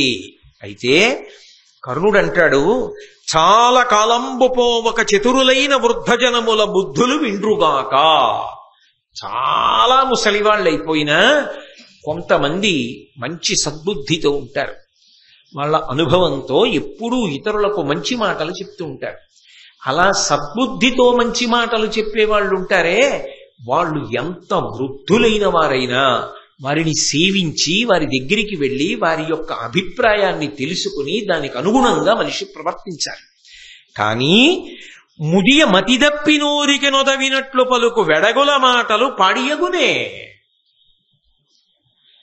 బాగా వృద్ధాప్యం వచ్చేసి బుద్ధి చాంచల్యం వచ్చి సరిగ్గా దృష్టి నిలబడక మతి తప్పి అవివేకంగా మాట్లాడేవాడు ఈ భీష్ముడు. ఈయన మాట వినడం ఏమిటి? నిజమే, వయసుకి గౌరవం ఇవ్వాలి పెద్దవాడు, నేను కాదన్నా. పెద్దవాడి మాట వినాలి. ఎప్పుడు? అసలు ఆ బుద్ధి సక్రమంగా ఉంటే, మతి సరిగ్గా పనిచేస్తుంటే ఆయన మాట వినవలసిందే. ఆయనకి వయసు పెద్దదైపోయింది, వయసుతో పాటుగా ఆయనకి బుద్ధి తగ్గిపోయి ఆ జ్ఞాపక శక్తి అవి అన్నీ పోయాయి. అన్ని పోవడంలో ఎవడెలాంటి వాడో ఏమిటో ఆయనే సరిగ్గా నిర్ణయించలేకపోతున్నాడు. ఈయన మాటలు నమ్మడం ఏమిటి? కానీ నేను ఒక్క మాట చెప్తాను, మీరు జ్ఞాపకం పెట్టుకోండి. యథార్థమునకు బాగా వయసు పెద్దదైన లబ్ధప్రతిష్ఠులైనటువంటి వారు చేసినటువంటి పొరపాట్లు కూడా ప్రజల కంట తడిపెట్టిస్తాయి తప్ప ఎప్పుడూ కూడా తప్పుని ఎత్తి చూపించనివ్వవు. ఎందుకని అంటే యువతల వాడు సహృదయంతో దాన్ని అర్థం చేసుకుంటాడు. నేను మీకు ఒక ఉదాహరణ చెప్తాను, అన్నాను కాబట్టి. మహానుభావురాలు ఎంఎస్ సుబ్బలక్ష్మి గారు పెద్దవారు అయిపోయిన తర్వాత ఆవిడ ఒకసారి ఉత్తర భారతదేశంలో బిర్లా గారి ఇంట్లో కచేరీ చేస్తున్నారు. కచేరీ చేస్తూ మీరా భజన్ పాడుతున్నారు. మీరా భజన్ పాడుతూ ఆవిడ చరణం మరిచిపోయారు. ఆవిడ చరణం అందుకోలేకపోతున్నారని పక్క వాయిద్యాల వాళ్ళు గమనించారు. మళ్ళీ వాయించారు ఆవిడ అందుకోవడానికి, సమయం ఇవ్వడానికి. ఆవిడ మనసులోనే ఒక్కసారి ఆ స్వరాలు వేసి చూసుకున్నారు, జ్ఞాపకం వస్తుందేమో అని. మళ్ళీ పల్లవి పాడారు, అయినా ఆవిడికి జ్ఞాపకం రాలేదు. ఆవిడ పక్కనున్నటువంటి తన కూతురు వరసే ఆ అమ్మాయి వంక చూశారు. ఆ అమ్మాయి కూడా ఆ రోజున జ్ఞాపకం రాలా. ఆ అమ్మాయికి అంతకుముందే అనారోగ్యం చేసింది, అదే ఆ అమ్మాయికి జ్ఞాపకం రాలా. ఆ అమ్మాయి ఇంచుమించుగా చెప్పేసింది, నాకు జ్ఞాపకం రావట్లేదు. ఇంత లబ్ధప్రతిష్ఠురాలైన తల్లి ఒకప్పుడు మీరా భజన్ పాడుతూ చరణం మరిచిపోయారు అన్న విషయం ఆ తడబాటులో తెలిసిపోయింది. తర్వాత జ్ఞాపకం వచ్చింది, వేరు విషయం అనుకోండి. అప్పుడు ఎంఎస్ సుబ్బలక్ష్మి గారికి సంగీతం రాదనేంత సాహసం మీరు చేయగలరా? ఒక్క పొరపాటు జరిగిందని అయోగ్యురాలు అని ముద్ర వేస్తారా? అది సాధ్యమే. నిజానికి పెద్దలైన వారు ఎప్పుడైనా ఏదైనా పొరపాటు చేశారనుకోండి, మహానుభావుడు ఎన్ని చేసినవాడు, ఏదో చిన్న పొరపాటు జరిగింది అన్నది పెద్దరికం పట్ల ఉన్న గౌరవం కదా. నిజానికి భీష్ముడికి మతి తప్పి ఉన్నాడా, శక్తి తప్పి ఉన్నాడా? ఆయన అటువంటి వాడిని ఎంత మాట అన్నాడంటే, వయసులో పెద్దవాళ్ల మాట వినవలసిందే, మతి తప్పిన పెద్దవాడి మాట వినడం ఏమిటి? ఈయన అన్నాడు కదా, మరి బుద్ధి లేనివాడు అన్నాడు కదా, అందుకని బుద్ధి లేనివాడు, మతి తప్పినవాడు, ఆయన మాట వింటావేమిటి దుర్యోధన నువ్వు అని సేనముగమీతడైనన్ భూని మహీశ్వరుడు నీకు పొడిచెదరే దుర్మానియనిగాదే ఇతనితో నడచుట కొల్లనయితి దురమునగధిపా. ఇతను సేనాగ్రనాయకుడై సర్వసైన్యాధిపతి అయి ఈయన యుద్ధభూమిలో సైన్యాన్ని నడిపించడమే జరిగితే ఈ రాజులు ఎవరైనా నీ పక్షాన యుద్ధం చేస్తారా దుర్యోధన? ఎవ్వరూ యుద్ధం చేయరు. కాబట్టి ఈయన్ని ఎందుకు ఉంచుతావు? ఎవరి వరకు ఎందుకు? ఇతను ఆడిన మాటలు చూసి అసహ్యించుకుని నేనే అన్నానుగా, ఈ భీష్ముడు బ్రతికున్నంత కాలం యుద్ధం చేయను అని ప్రతిజ్ఞ చేశానుగా. నా వెనక ఇంకా చాలా మంది బయలుదేరుతారు. ఇంతమంది యుద్ధం చేయకుండా పోవడానికి కారణం ఏమిటి? నీ మీద అభిమానం లేకపోవడం కాదు, ఈయన మాట్లాడిన మాటల వల్ల వస్తున్న ఉపద్రవం. అంత తప్పుని ఎవరి వైపుకి నెట్టాడంటే భీష్మాచార్యుల వారి మీదకి నెట్టాడు. నెట్టి హితుడని నమ్మగాదగునే ఈతని కార్యపు మాటలిట్టివే, పతిదిశ కూర్మివాపుటకు బట్టుగా ఎక్కువ తక్కువంచు ఉన్నతులకు మిదినీషులకు నానగ బల్కుటగాక ఇట్టివారితవులు తండ్రికిన్ సుతులకేమన నేర్తము పెద్దరాజులను. యుద్ధానికెళ్లే ముందు ప్రభువు కార్యాన్ని చూడాలి. ఎవడైనా నేను ఏ ప్రభువు తరపున సైన్యాధిపత్యం వహిస్తున్నాను అన్నది ఆలోచించాలి. అది మానేశాడు. మానేసి తన గొప్పతనం తనేదో వర్గీకరణ చేశాట, రాజుల శక్తులు అంతేట. విచిత్రం ఏంటంటే మిగిలిన వాళ్ళు ఎవరు ఇలా అనలేదు, మిగిలిన వాళ్ళు ఎవరు ఇన్ని మాటలు మాట్లాడలేదు. అదుపు తప్పిపోయి కర్ణుడు ఒక్కడే ఈ మాటలన్నీ అంటున్నాడు. అని ఇలా ఏ సైన్యాన్ని నడిపించాలో ఆ సైన్యంలోనే అభిప్రాయ భేదాలు ఏర్పడేటట్టుగా ప్రవర్తించినటువంటి ఇటువంటి భీష్ముడిని సర్వసైన్యాధిపతిని చేసుకున్న నిన్ను నీ తండ్రిని అనాలి. ధృతరాష్ట్ర మహారాజుకి దుర్యోధన నీకు ఇంతకన్నా గొప్ప మొనగాడు దొరకలేదే సర్వసైన్యాధ్యక్ష పదవికి. ఈయనకి తీసుకెళ్లి సర్వసైన్యాధ్యక్షం కట్టబెట్టావు, ఎంత గొప్పగా మాట్లాడాడో చూసావుగా. ఇక ఎక్కడి నుంచి వస్తుంది గెలుపు రమ్మంటే ఇలాంటి వాడు సర్వసైన్యాధ్యక్షంలో ఉంటే అన్నాడు. భీష్ముడు వెంటనే కర్ణుడి వంక తిరిగి అన్నాడు, నా పౌరుషం ఏమిటో నా ప్రతాపం ఏమిటో నీ గురువు పరశురాముణ్ణి వెళ్ళడుగు, ఆయన చెప్తాడు అన్నాడు. చాలదా ఒక్క మాట? గురువు గారు కదా నీకు విద్య నేర్పాడు. ఎవరి ఇచ్చిన చదువుని చూసుకుని మిడిసిపడుతున్నావో ఆ నీ గురువు నాకు కూడా గురువు. కానీ ఆ గురువు నన్ను ఒకనాడు యుద్ధంలో ఓడించలేకపోయాడు, నా చేత ఓడిపోయినవాడు. అంటే నేను అది తక్కువ చేసి అంటలేదు, నా పరాక్రమం ఏమిటో నాతో యుద్ధం చేసిన మీ గురువు గారికి తెలుసు. ఆయన వెళ్ళి అడుగు భీష్ముడు ఇటువంటి వాడని. రేపు నేను యుద్ధం చేస్తా, నేను యుద్ధం చేసినప్పుడు వచ్చి చూడు, నా వయసు ఏమిటో నా పరాక్రమం ఏమిటో రెండింటికి సంబంధం ఉందో లేదో తెలుస్తుంది. బయట కూర్చుని మాట్లాడడం కాదు, యుద్ధం చెయ్యి. నేను పడిపోయాక యుద్ధం చేస్తానన్నావుగా, నేను పడిపోయిన తరువాత ఎన్నాళ్ళు యుద్ధం చేస్తావో చూస్తా, ఎంతమందిని పడగొడతావో చూస్తా, ఎంతమంది నీ కళ్ళ ముందు పడిపోతుంటే నువ్వు రక్షించలేకపోయావో చూస్తా. అంపశయ్యి మీద అక్కడే ఉంటా. ఎందుకనంటే నేను పడిపోయినా నేను శరీరం వదలాలనుకునే వరకు వదలను, అన్నీ వింటూ ఉంటా. నువ్వు ఎంత పొడిచావో, పొడిచడం అంటే యుద్ధం, ఎంత యుద్ధం అదే మాట వాడారు కూడా కదూ, భారతంలోనే వాడారు. కాబట్టి నువ్వు ఎంత యుద్ధం చేస్తావో నాకు తెలియనిది కాదు. కాబట్టి ఇప్పుడు మాటలు ఎందుకు, ఎదర చర్యలే ఉన్నాయిగా, అప్పుడు లెక్క తేల్చుకుందాంలే. నిజానికి భీష్మ హృదయాన్ని పట్టుకుని ఉంటే కర్ణుడు ఇంత తొందరపడిపోయేవాడా అన్నది అనుమానం. ఎందుకంటే మళ్ళీ ఇంకొకసారి మాట్లాడతాడు భీష్ముడు కర్ణుడి గురించి. అప్పుడు కూడా చెప్తాడు కర్ణుడు ఎటువంటి వాడో చెప్తాడు. చెప్పినప్పుడు భీష్ముడికి నిజంగా పరమ తక్కువ చేసి కర్ణుడి గురించి మాట్లాడాలన్న ఉద్దేశ్యం లేదు అన్నది స్పష్టం అవుతుంది. తొందరపడిపోయి భీష్మాచార్యుల వారిని ఇన్ని నిందావాక్యములు పలికించాడు. అది తనకి అర్థమైన కారణము చేత, ఉన్న ఒత్తిడి చేత, తాను పొందిన అవస్థ చేత, ఇన్ని కారణముల చేత కర్ణుడు అలా తొందరపడిపోయాడు. ఆ స్థానంలో అంతకన్నా ఎవరైనా నిగ్రహించుకోగలరా అంటే అది వారి సమర్థత మీద ఆధారపడి ఉంటుంది. ఇన్ని మాటలని సరే, యుద్ధం ప్రారంభమైంది, యుద్ధం నడుస్తోంది. భీష్ముడు సర్వసైన్యాధిపత్యంలో ఉండగా కర్ణుడు యుద్ధం చెయ్యడు. ఈలోగా 10 రోజుల యుద్ధం తర్వాత భీష్మాచార్యుల వారు పడిపోయారు. పడిపోవడం అంటే శిఖండివి అడ్డుపెట్టి అర్జునుడు వేసిన బాణములకు అంపశయ్య మీద పడిపోయాడు ఆయన. ఇక యుద్ధం చెయ్యడు. ద్రోణాచార్యుల వారికి సర్వసైన్యాధిపత్యం ఇచ్చారు. ద్రోణాచార్యుల వారికి సర్వసైన్యాధిపత్యం ఇచ్చిన తర్వాత 3వ రోజు యుద్ధం జరుగుతోంది. ఆ 3వ రోజు యుద్ధం జరుగుతున్నప్పుడు ఒక విశేషం జరిగింది. అభిమన్యుడితో యుద్ధం చేయాల్సి వచ్చింది, అర్జునుడితో కాదు. మీరు బాగా పట్టుకోవాలి, అర్జునుడితో కాదు, యుద్ధము అభిమన్యుడితో. అర్జునుడు యుద్ధం చేస్తున్నప్పుడు పక్కన ధర్మజ భీమ నకుల సహదేవులు ఉంటారు.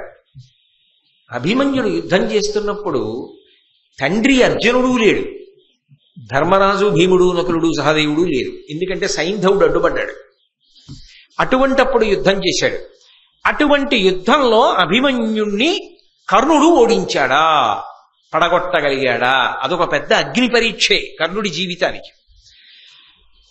ఎందుచేత అంటే మహాభారతాన్ని బాగా అధ్యయనం చేసినటువంటి పెద్దలు, దాన్ని సారాన్ని బాగా వంట పట్టించుకున్న పెద్దలు ఒక మాట అంటారు. అభిమన్యు అన్న పేరు రావడానికి కారణం ఏంటంటే శత్రువుల పట్ల అంత కోపంతో ఉంటాడు.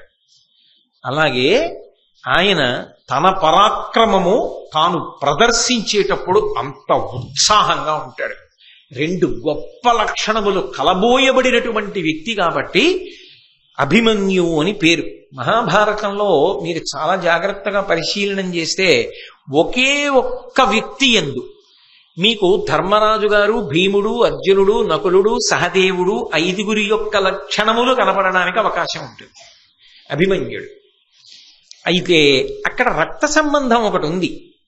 పెద్దనాన్నగారి పోలిక వచ్చింది, ఇంకో చిన్న పెద్దనాన్నగారి పోలిక వచ్చింది, భీముడు పోలిక, నాన్నగారి పోలిక వచ్చింది, బాబాయిల పోలిక వచ్చింది అనొచ్చు. కానీ ఒక అద్భుతమైన పోలిక ఇంకొకటి వచ్చింది ఆయనకి. ఎవరిది? ఎలా అవకాశం? కృష్ణ పరమాత్మ పోలిక వచ్చింది. ఎందుకో తెలుసా? మేనమామ. పిల్లలకి మేనమామ పోలికలు కాస్త తొందరగా వస్తాయంటారు. మేనమామల ముద్దు మేలైన ముద్దు, తాతలకు తా ముద్దు తాను అబ్బాయి అని మేనమామ పోలిక వచ్చింది. అందుకే అభిమన్యుడు అన్న మాట ఎన్నిటిని కలుపుకుంటుంది అంటే, ఆ అభిమన్యుడు ఒక్కడు ధైర్యంలో ధర్మరాజు అంటారు. ధైర్యము అంటే ఏదో యుద్ధానికి వెళ్ళిన ధైర్యం అనుకోకండి. ధర్మానుష్ఠానంలో, ధర్మాన్ని పట్టుకున్నప్పుడు వచ్చేటటువంటి ఒరిపిడిని తట్టుకోవడంలో ధర్మరాజు గారి పూనిక ఎటువంటిదో అభిమన్యుడి యొక్క పూనిక అటువంటిది. అది పెదనాన్నగారి నుంచి వచ్చింది.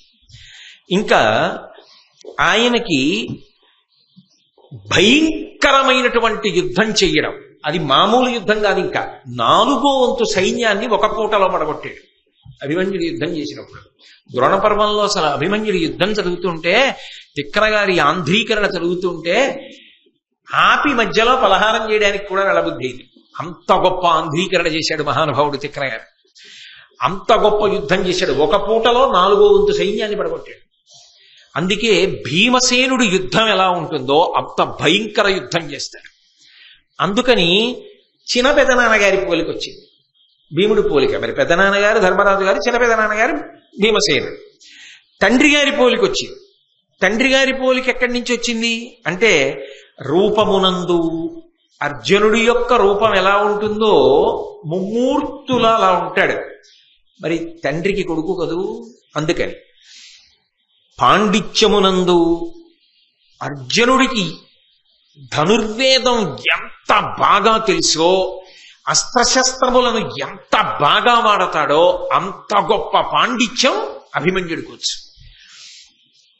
దానితో పాటుగా పరాక్రమమునందు విజృంభించి శత్రువుల్ని పడగొట్టడంలో, ఆ పరాక్రమమునందు ఈ మూడిటి యందు అర్జునుడి యొక్క పోలికొచ్చింది. వినయానికి మారుపేరుగా నకుల సహదేవుల యొక్క పోలికొచ్చింది, బాబాయిల పోలికొచ్చింది. ఇక పవిత్రమైనటువంటి హృదయంతో ఉండడంలో, ఎప్పుడు హృదయమునందు పవిత్రత చెక్కు చెదరకుండా ఉండడంలో మేనమావ పోలికొచ్చింది. అందుకే మహాభారతంలో అభిమన్యుడు ఒక పెద్ద మెరుపు. ఇన్ని పోలికలు ఉపపాండవుల్లో కూడా ఎవరికి రాలా. అసలు కృష్ణుడి పోలిక రావడానికి రక్త సంబంధం చెప్పవలసి వస్తే అధికారం ఉన్నవాడు ఈయనేగా. మేనమామ తొందరగా రావాలిగా, వచ్చింది కూడా. ఒక్కొక్కడికి మేనమామ పోలిక రాకపోవచ్చు, మేనమామ చాలా గొప్పవాడు అవ్వచ్చు, అయినా రావాలని ఉంది, అదే శాస్త్రం. ఆ మేనలుడికి తప్పకుండా వచ్చి ఉండాలని రాకపోవచ్చు. కానీ ఈయనకి ఏమైందంటే అందరి ఉత్తమ గుణాలు పుచ్చుకున్నాడు, అందరి ఉత్తమ గుణాలు పుచ్చుకున్నాడు, అంత గొప్పవాడు. అటువంటి అభిమన్యుడు యుద్ధానికి వచ్చాడు. ఎందుకు వచ్చాడు? అది కూడా ఒక ఆశ్చర్యం. 3వ రోజు అర్జునుడు దూరంగా ఉన్నాడని తెలిసే పద్మవ్యూహాన్ని రచించాడు గురుడు ద్రోణాచార్యుల వారు. పద్మవ్యూహంలోకి ప్రవేశించడం ధర్మరాజుకి కాని, భీముడికి కాని, నకులుడికి కాని, సహదేవుడికి కాని ఎవ్వరికీ తెలియదు. అది తెలిసున్నది ఎవరికి? నలుగురికి తెలుసు. ఒకటి శ్రీకృష్ణ పరమాత్మకి తెలుసు, 2 అర్జునుడికి తెలుసు, 3 కృష్ణుని యొక్క కుమారుడు ప్రద్యుమ్నుడికి తెలుసు, 4 అర్జునుడి దగ్గర ఉపదేశం పొందాడు కాబట్టి అభిమన్యుడికి తెలుసు. అభిమన్యుడు లోపలికి వెళ్ళగలడు కానీ బయటికి రావడం రాదు. ఎలా పద్మవ్యూహాన్ని భేదించడం? అర్జునుడు దూరంగా ఉన్నాడు యుద్ధంలో. అందుకని ధర్మరాజు అభిమన్యుడిని అడిగాడు, నాయనా నిన్ను పంపకూడదు పిల్లవాడివి, కానీ పద్మవ్యూహాన్ని భేదించగలవా అన్నాడు. అబ్బా పెద్దనాన్నగారు, ఎన్నాళ్లకండి ఇంత గొప్ప అవకాశం! ఇవాళ నా ప్రతాపం విని మా నాన్నగారు పొంగిపోవాలి, నా ప్రతాపం చూసి గురువు గారు పరవశించిపోవాలి, ద్రోణాచార్యుల వారు. అలా యుద్ధం చేస్తా. బయటికి రావడం రాదు, కానీ లోపలికి వెళ్ళిన తర్వాత ఎందుకు రాను? పిరికితనం లేదు ఆయనకి. ఇంతమందిని పడగొట్టొస్తా కాబట్టి పద్మవ్యూహాన్ని భేదిస్తానని బయలుదేరాడు. ఆయన పద్మవ్యూహంలోకి వెళ్లే ముందు ధర్మరాజు గారు ఏమనుకున్నాడంటే, నేను భీముడు, నకులుడు, సహదేవుడు వెంట ఉంటాం కాబట్టి పిల్లవాడికి ఆపద రాదనుకున్నాడు. కానీ సైంధవుడు అడ్డుపడ్డాడు. వీళ్ళు 4 రాలేకపోయారు. కానీ చిత్సరపిడుగై ఆ రోజున అభిమన్యుడు భయంకరమైనటువంటి యుద్ధం చేశాడు. ఆ యుద్ధంలో అభిమన్యుడిని పడగొట్టాలి అని చెప్పి కర్ణుడు ఎదురొచ్చాడు. అభిమన్యుడు నవ్వి ప్రయోగించినటువంటి ఒక బాణం శరీరాన్ని తూట్లు పొడుస్తూ యువతల వైపు నుంచి దిగి అవతల వైపు నుంచి బయటికి వచ్చి భూమిలో దిగింది. అటువంటి బాణం వేశాడు. కర్ణుడు అభిమన్యుడికి ఎదురు నిలబడలేక యుద్ధభూమిని విడిచిపెట్టి పారిపోయాడు. ద్రోణుడు అన్న మాటకు అబద్ధం ఎక్కడుంది? యుద్ధభూమిని విడిచిపెట్టి పారిపోయాడు. భీష్ముడు అన్న మాటకి దోషం ఎక్కడుంది? ఎందుకని అంటే ఉండవలసినటువంటి రక్షణ, ఉండవలసినటువంటి అస్త్రశక్తి లోపించాయి కర్ణుని యందు. అభిమన్యుణ్ణే నెగ్గలేనివాడు అర్జునుణ్ణి ఎక్కడ దిగుతాడు? అదొక అగ్ని పరీక్ష ఆయన జీవితంలో. పక్కకి వెళ్ళిపోయాడు. కానీ చెలరేగిపోయాడు అభిమన్యుడు ఆ రోజున. శల్యుడు ఆయన ధాటికి తట్టుకోలేక మూర్ఛపోయాడు. అసలు సైన్యం కాకావికలై యుద్ధభూమిని విడిచిపెట్టి 4 దిక్కులా పారిపోయింది. అటువంటి సమయంలో అడ్డొచ్చినటువంటి శల్యుడి తమ్ముణ్ణి చంపేశాడు. కర్ణుడి తమ్ముణ్ణి కర్ణుడి ఎదురుగుండా చంపేశాడు. ఇప్పుడు తనని రక్షించుకోవడం, తన వారిని రక్షించుకోవడం, తన తమ్ముణ్ణి అర్జునుడి కొడుకు చేతిలోంచి రక్షించుకోలేకపోయాడు. అభిమన్యుడు చంపేశాడు కర్ణుడి తమ్ముడిని, కర్ణుడి కంటే ఎదురుగుండాలి. కర్ణుడి తమ్ముడు చచ్చిపోయాడు. వసాతిరాజు అనబడేటటువంటి ఆయన్ని చంపాడు. దుర్యోధనుడి కొడుకు లక్ష్మణ కుమారుణ్ణి చంపాడు. ఎవరు? ఒక్కడే. ఇంతమంది వైరివీరులు ఒక్క అభిమన్యుడే యుద్ధం చేస్తున్నాడు. 4వ వంతు సైన్యాన్ని చంపేశాడు. చంపి చిత్సరపిడుగై యుద్ధం చేస్తున్నాడు. చిట్ట చివరికి బృహద్బలుడు అనబడేటటువంటి రాజుతో యుద్ధం జరిగింది. ఆ బృహద్బలుణ్ణి చంపాడు. ఇక ఈయన్ని ఆపడం ఎవరికి సాధ్యం కాదు అని అనుమానం వచ్చింది. కర్ణుడు వచ్చాడు యుద్ధానికి మళ్ళీ 2వ మాట. మళ్ళీ ఓడిపోయాడు అభిమన్యుడి చేతిలో. ఇక లాభం లేదని దుర్యోధనుడి దగ్గరికి వెళ్ళి మాట్లాడి గురువుగారు ద్రోణాచార్యుల వారి దగ్గరికి వెళ్ళి కర్ణుడు సంప్రదించాడు. కావాలనే దుర్యోధనుడు విని బాధపడాలి, అవతల కర్ణుడు బాధపడాలి. ఆ శౌర్యమునందున్న పక్షపాతం, 2 పాండవ పక్షపాతం, అర్జునుడి మీద పక్షపాతం. ద్రోణాచార్యులు వారు అన్నారు, అబ్బా ఈ అభిమన్యుడి యుద్ధం చూస్తుంటే నాకు అర్జునుడి యుద్ధం కన్నా పెద్ద భేదమేం కనపట్టలేదన్నాడు.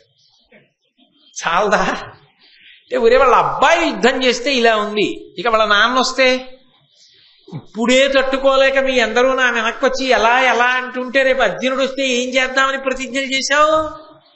భీష్ముడు అర్ధరథుడంటే అంత కోపం వచ్చిందిగా, నేనంటే కోపం వచ్చిందిగా. మరి ఇప్పుడు ఆ అభిమన్యుడు మీ తమ్ముడిని చంపేస్తే చూస్తూ ఊరుకున్నావు, 2 మాటలు పారిపోయావు. ఇప్పుడు నా చాటుకొచ్చి అడుగుతున్నావు, ఏం చెయ్యాలని అడుగుతున్నావు? నేను ఒక్క మాట చెప్పనా? అభిమన్యుడు చేతిలో ఆయుధం పట్టుకుని యుద్ధం చేసినంతసేపు ఆయనతో యుద్ధం చేసి చంపగలిగిన వాడు లోకంలో లేడు. ఎందుకో తెలుసా? అర్జునుడికొక్కడికే ఒక విద్య తెలుసు, దాని పేరు కవచధారణము. ఆ విద్య అర్జునుడు బహుశः ఇదిగో ఈ పిల్లవాడికి ఉపదేశం చేశాడు, వీడికి తెలుసు. అది అస్త్ర విద్య తెలిసి ఉండడం అంటే. అవతలవాడు దేని చేత పోరాడుతున్నాడు. ఈ కవచధారణమన్న విద్య ఎవరి యందు ఉన్నదో వాణ్ణి పడగొట్టడం సాధ్యం కాదు. అతను ఆయుధము చేతిలో ఉన్నంతసేపు అవధ్యుడు, పడగొట్టలేడు.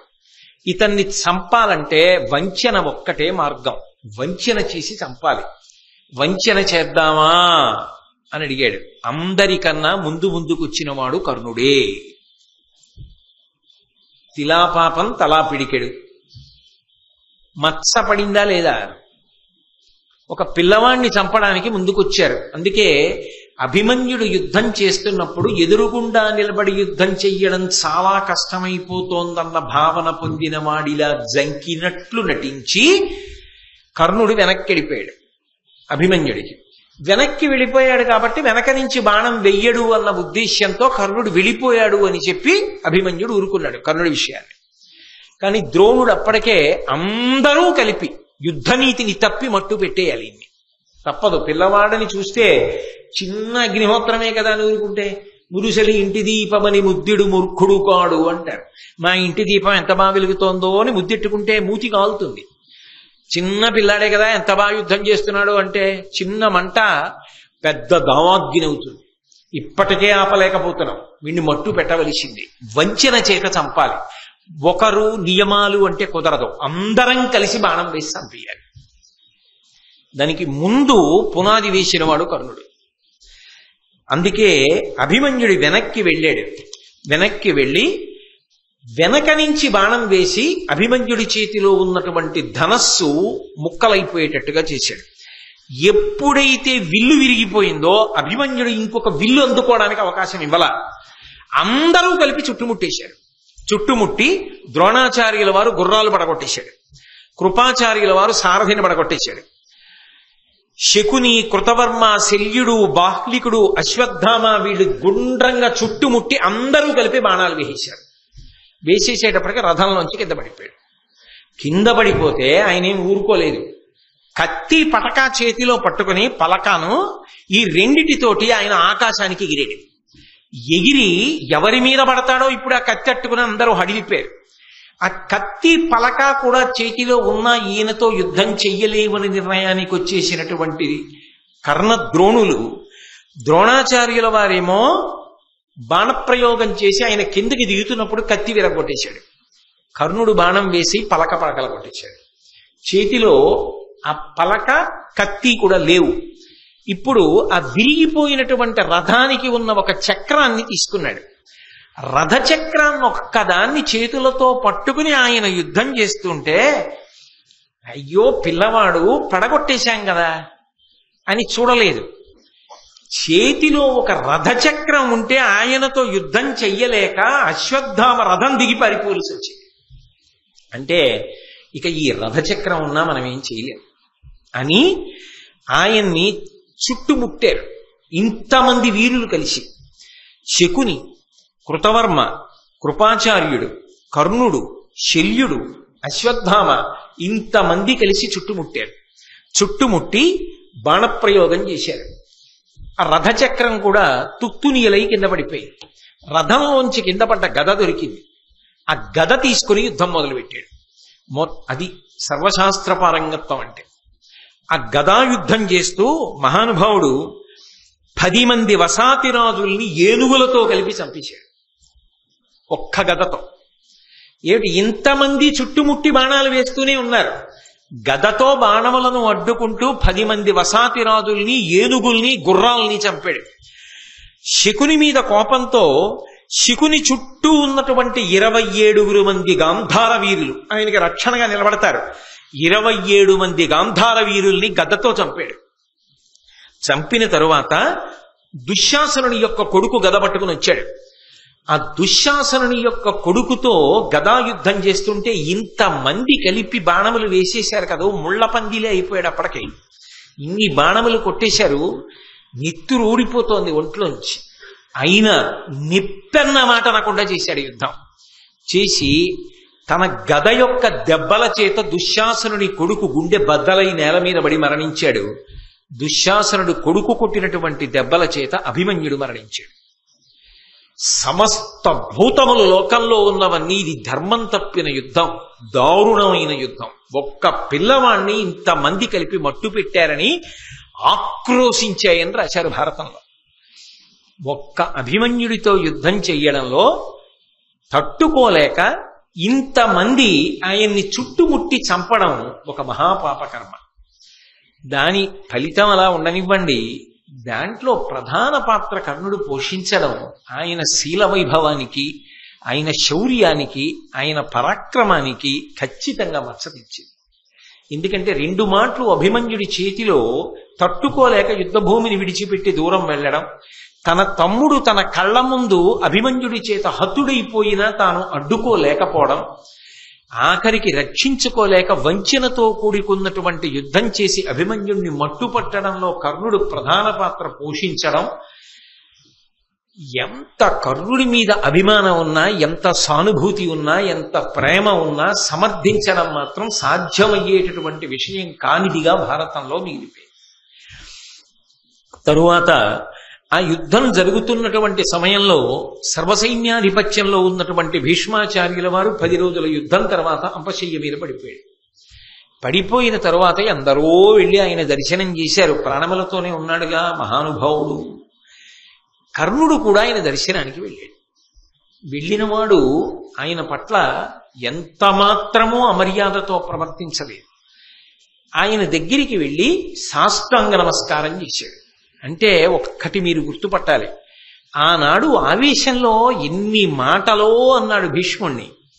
కానీ ఆఖరనన్నాడే ముదుసలి ముదుసలి ముదుసలి అని. 10 రోజుల యుద్ధంలో చూశాడు భీష్ముడు అంటే ఏమిటో. అసలు నిజంగా ఆ భీష్ముడు యుద్ధం చేస్తుంటే అర్జునుడు యుద్ధం చేయలేకపోయాడు. అప్పుడు కదూ కృష్ణుడికి ఎందుకు దిగి చక్రం పట్టుకోవాల్సి వచ్చింది. ఇది భీష్ముడంటే అని గమనించాడు. 2, భీష్ముడి మీద గౌరవం లేనివాడు కర్ణుడు కాడు. ఖచ్చితంగా భీష్ముడి మీద గౌరవం ఉన్నవాడే. ఆయన పరిస్థితులు ఆయనకు అటువంటి సందర్భాన్ని కల్పించాయి. ఆ ఆవేశంలో అదుపు తప్పి భీష్ముడి మీద మాట్లాడాడు. కానీ ఆ భీష్ముడే అప్పశయ్య మీద పడిపోతే వెళ్ళి నిలబడి ఏ ఒక్క మాట కూడా తోలలేదు. సరికదా, వెడుతూనే సాష్టాంగ నమస్కారం చేశాడు. సాష్టాంగ నమస్కారం చేయగానే చూశాడు భీష్ముడు అంపశయ్యమించి. చెయ్యెత్తి చాపి దగ్గరికి పిలిచాడు. పిలిచి దగ్గరకు రమ్మని పరమ సంతోషంతో ఆ కర్ణుణ్ణి కౌగిలించుకున్నాడు. కౌగిలించుకొని ఆ కర్ణుడి వంక ముఖంలోకి ఒకసారి చూశాడు. వెంటనే కర్ణుడు అన్నాడు, అలుకదక్కి నన్ను అధిక వాత్సల్య శీతలముగాగ చూచి తగిన మాటలాడవే మహాత్మా అనుటయు ఆతండు గారవమున అతని చేరబిలిచి. మహానుభావ, తాత భీష్మాచార్య, నా మీద వాత్సల్యం అనేటటువంటి చందనపు వృష్టిని కురిపించు. ప్రేమతో మాట్లాడు, వాత్సల్యంతో మాట్లాడు, తగిన మాటలాడవే. ఆ ప్రేమతో నాతో మాట్లాడవలసిన మాటలు ఏమున్నాయో అవి నాతో మాట్లాడు అని అనగానే భీష్ముడు కూడా పరమ సంతోషంతో దగ్గరకి చేర్చుకుని కౌగిలించుకుని, చుట్టూ రక్షక భటులున్నారు. ఎంత అంపశయ్య మీదున్నా మరి ఉండరు చుట్టూ, మహానుభావుడు సామాన్యుడా. ఆ రక్షణ దళాలన్నింటినీ కూడా తనకి రక్షణగా నిలబడిన వారందరికీ కూడా సంజ్ఞ చేశాడు, మీరందరూ దూరంగా వెళ్ళిపోండి. అంటే కర్ణుడితో తాను మాట్లాడుతున్నది వాళ్ళకి వినపడకూడదని. నేను మీతో ఒక మాట చెప్పా, మహాభారతంలో ఒక్క కర్ణుడి విషయాన్ని పరిశీలించినప్పుడు ఏకాంత సమావేశం ఏదైనా జరిగింది అంటే కర్ణుడికి సంబంధించి ఏవో కొన్ని అద్భుతాలు బయటకు వస్తాయి. ఆయన పైకన్నా ఎక్కుతాడు, కిందకన్నా దిగుతాడు. 4 సార్లు జరిగింది అలా. ఒకసారి కృష్ణుడితో ఏకాంతం జరిగింది. ఎప్పుడు? రథం మీద వెళ్ళిపోతున్నప్పుడు ఒక్కడినే కూర్చోబెట్టుకుని మాట్లాడాడు. 2వది కుంతీదేవితో జరిగింది. 3వది ఇంద్రుడితో జరిగింది. 4వది భీష్ముడితో జరుగుతోంది. ఈ 4 సమావేశాల్లోనూ కూడా కర్ణుడి విషయంలో ఎంత మహత్తరమైనటువంటి విషయాలు జరిగాయో మీరు గమనించారు. ఇప్పుడు 4వది ఇదే చిట్ట చివరిది. ఇందులో భీష్ముడు దగ్గరికి పిలిచి కర్ణుడితో ఒక మాట అన్నాడు. నాయన కర్ణ, నేను చెప్పిన మాటలు బాగా విను. నీ దశ కోపింతునే కులభేదముగా పలుకుటయును బిడ్డల చిరుపంగాదని కిలియుదు లేదన రాదు అదలుతు నిన్ను నిష్ఠురంపు పలుకలన్. కర్ణ, అనేక పర్యాయాలు నేను నిన్ను చాలా కఠినమైన మాటలతో మందలించాను. ఎందుకు మందలించానో తెలుసా? వ్యక్తిగతంగా నాకు నీ మీద ఏ విధమైనటువంటి కోపం లేదు. ఏ కోపం లేకపోయినా నీ పట్ల నేను కఠినమైన మాటలు మాట్లాడడానికి కారణం ఉన్నది. ఏ కారణము అంటే, నువ్వు మాట్లాడిన మాటలన్నీ కూడా కురుపాండవుల మధ్య సఖ్యతను పోగొట్టడానికి, వాళ్ళ మధ్య వైరిభావం కల్పించడానికి మాత్రమే పనికొచ్చాయి. దాని వలన వంశమంతా నశించిపోతుంది. ఇంత వంశక్షయానికి నువ్వే కారణమవుతున్నావు. నువ్వు చేస్తున్న దాని వల్ల ఇంత పెద్ద ఇబ్బంది జరగబోతోందన్న ఉద్దేశ్యంతో, నువ్వు మారితే యుద్ధం జరగదన్న ఉద్దేశ్యంతో నీతో కఠినంగా మాట్లాడేవాడిని. ఆ ఒక్క మాట తీరుకి నీతో అలా మాట్లాడాను తప్ప నిజానికి వ్యక్తిగతంగా నాకు నీ మీద ఏ విధమైన కోపం లేదు. రెండవ విషయం, నీ ఉదయము దైవిక గర్భాయత్తము, నీకు మర్చులు అసదృక్షులు, కౌంతేయుడవు కాని విను రాధేయుండవు కావు ధీర విచారా. ఎటువంటి విశేషణంతో పిలిచాడో చూడండి. ధీర విచారా. ఏ విషయాన్నైనా చేసేటప్పుడు బాగా బుద్ధితోటి ఆలోచించే చేస్తావు. లేకపోతే నిజంగా ఆయన ప్రలోభాలకు లొంగాలంటే ఎన్ని మాటలు లొంగాలి? బుద్ధితో విచారించి నిర్ణయించుకోగలిగినటువంటి శక్తి కలిగిన వాడా, నీ ఉదయము దైవిక గర్భాయత్తము, యథార్థమునకు నువ్వు దైవాంశయందు వచ్చినటువంటి వాడివి. సూర్యుని యొక్క అనుగ్రహ శక్తి చేత ఈ లోకంలో వచ్చావు. నీకు మర్చులు అసదృక్షులు. ఇక్కడ చెప్తున్నాడు, తనని తక్కువ చేశాడు అని అనుకున్నాడు కర్ణుడు. కానీ అసలు భీష్ముడి హృదయంలో కర్ణుడు ఎవరో ఇక్కడ చెప్తున్నాడు. అర్జునుడి విషయంలో పోల్చాడు అంతే తప్ప అసలు కేవలము యుద్ధానికి కొరగాని వాడన్న భావన భీష్ముని యందు లేదనడానికి ఇది ప్రబల ఉదాహరణ భారతంలో. అందుకే నీకు మర్చ్యులు అంటే మనుష్య కోటి. ఈ మనుష్యులు ఎవరైతే ఉన్నారో వీళ్ళందరూ కూడా అసదృక్షులు. అసలు నీ వంక చూడడానికి కూడా సరిపోరు, అంత గొప్పవాడే. కానీ నాయన, నువ్వు అధర్మపక్షం వైపుకున్నావు. అందుకే నీ శక్తి సన్నగిల్లిపోతోంది. సంగదోషం. దుర్యోధనుడి వైపు ఉండగా నువ్వు గెలిచే అవకాశం ఉండదు. ఎందుకంటే ధర్మము నిన్ను గెలువనివ్వదు, ధర్మము నిన్ను రాణించనివ్వదు. ఈ సంగదోషము నీకు పోవాలంటే నువ్వు కారణము లేకుండా పాండవుల వైపుకి వెళ్ళవలసిన అవసరం లేదు. యథార్థమునకు నువ్వు కుంతీదేవి యొక్క కుమారుడవు తప్ప రాధేయుండవు కావు. నువ్వు రాధాదేవి యొక్క కుమారుడివి కావు. ఈ విషయాన్ని నువ్వు తెలుసుకున్నావు కాబట్టి ఇప్పుడు నువ్వు పాండవ పక్షానికి వెళ్ళిపో. నీకెలా తెలుసు నేను కుంతీసుతుడనని అంటావేమో. నాకు ఎప్పుడో పూర్వమే త్రికాలజ్ఞుడైనటువంటి వ్యాస మహర్షి చెప్పారు, కర్ణుడు యథార్థమునకు అధిరథునకు రాధాదేవికి జన్మించిన వాడు కాదు. ఆయన కుంతిదేవి యొక్క కుమారుడు, పాండురాజుకి ధర్మరీత్యా పెద్ద కొడుకు అవుతాడు అని చెప్పాడు. అందుకు తెలుసు నాకు నీ జనన రహస్యం. కాబట్టి కౌంతేయుడు కనుక పాండవుల వైపుకు వెళ్ళిపో. ధర్మము నీకు అక్కరకొచ్చిందా, ఆ విషయం కానీ నువ్వు మనసులో రూఢము చేసుకున్నావా, నువ్వు నిష్కారణంగా పడిపోవలసినటువంటి అగత్యము నీకుండదు. అంటే ఇప్పుడు ఇంకొక విషయం కూడా ఈ ఏకాంత సమావేశంలో బయటికి వచ్చింది. కర్ణుడి యొక్క జనన రహస్యము తెలిసి చెప్పని వాళ్ళల్లో భీష్మాచార్యుల వారు కూడా ఉన్నారు కదా. భీష్ముడికి తెలుసు. భీష్ముడు ఎందుకు చెప్పలేదు అంటే యథార్థమునకు భీష్ముడికి కూడా తెలుసు యుద్ధం జరిగి తీరుతుంది. ఎందుకు తెలుసు అంటే కర్ణుడు అక్కడ ఉండి కొంత పాత్ర పోషిస్తున్నమాట నిజమే, కానీ ప్రధానము దుర్యోధనుడి యొక్క మౌఢ్యం. అందుకే సూదిమనమోపినంత రాజ్యం కూడా ఇవ్వనన్నాడు. కాబట్టి వీళ్ళు వెళ్ళిపోతారు, భీష్ముడు వెళ్ళిపోవడానికి కూడా ఇంకంతకన్నా మంచి అవకాశం రాదు. మరి యుద్ధభూమిలో ప్రాణం విడిచిపెట్టి తాను వసువైపోవాలి తప్ప యుద్ధం లేకుండా అనారోగ్యంతో మంచం మీద ఎలా వెళ్ళిపోతాడు? ఇంత గొప్పవాడును, పైగా స్వచ్ఛంద మరణం ఉన్నవాడు. కాబట్టి యుద్ధం తప్పదన్న విషయం భీష్ముడికి తెలుసు. 2, యుద్ధం తప్పనప్పుడు దుర్యోధనుడిని ఇంత నమ్ముకున్న కర్ణుడు దుర్యోధనుడి వైపే ఉంటాడని తెలుసు.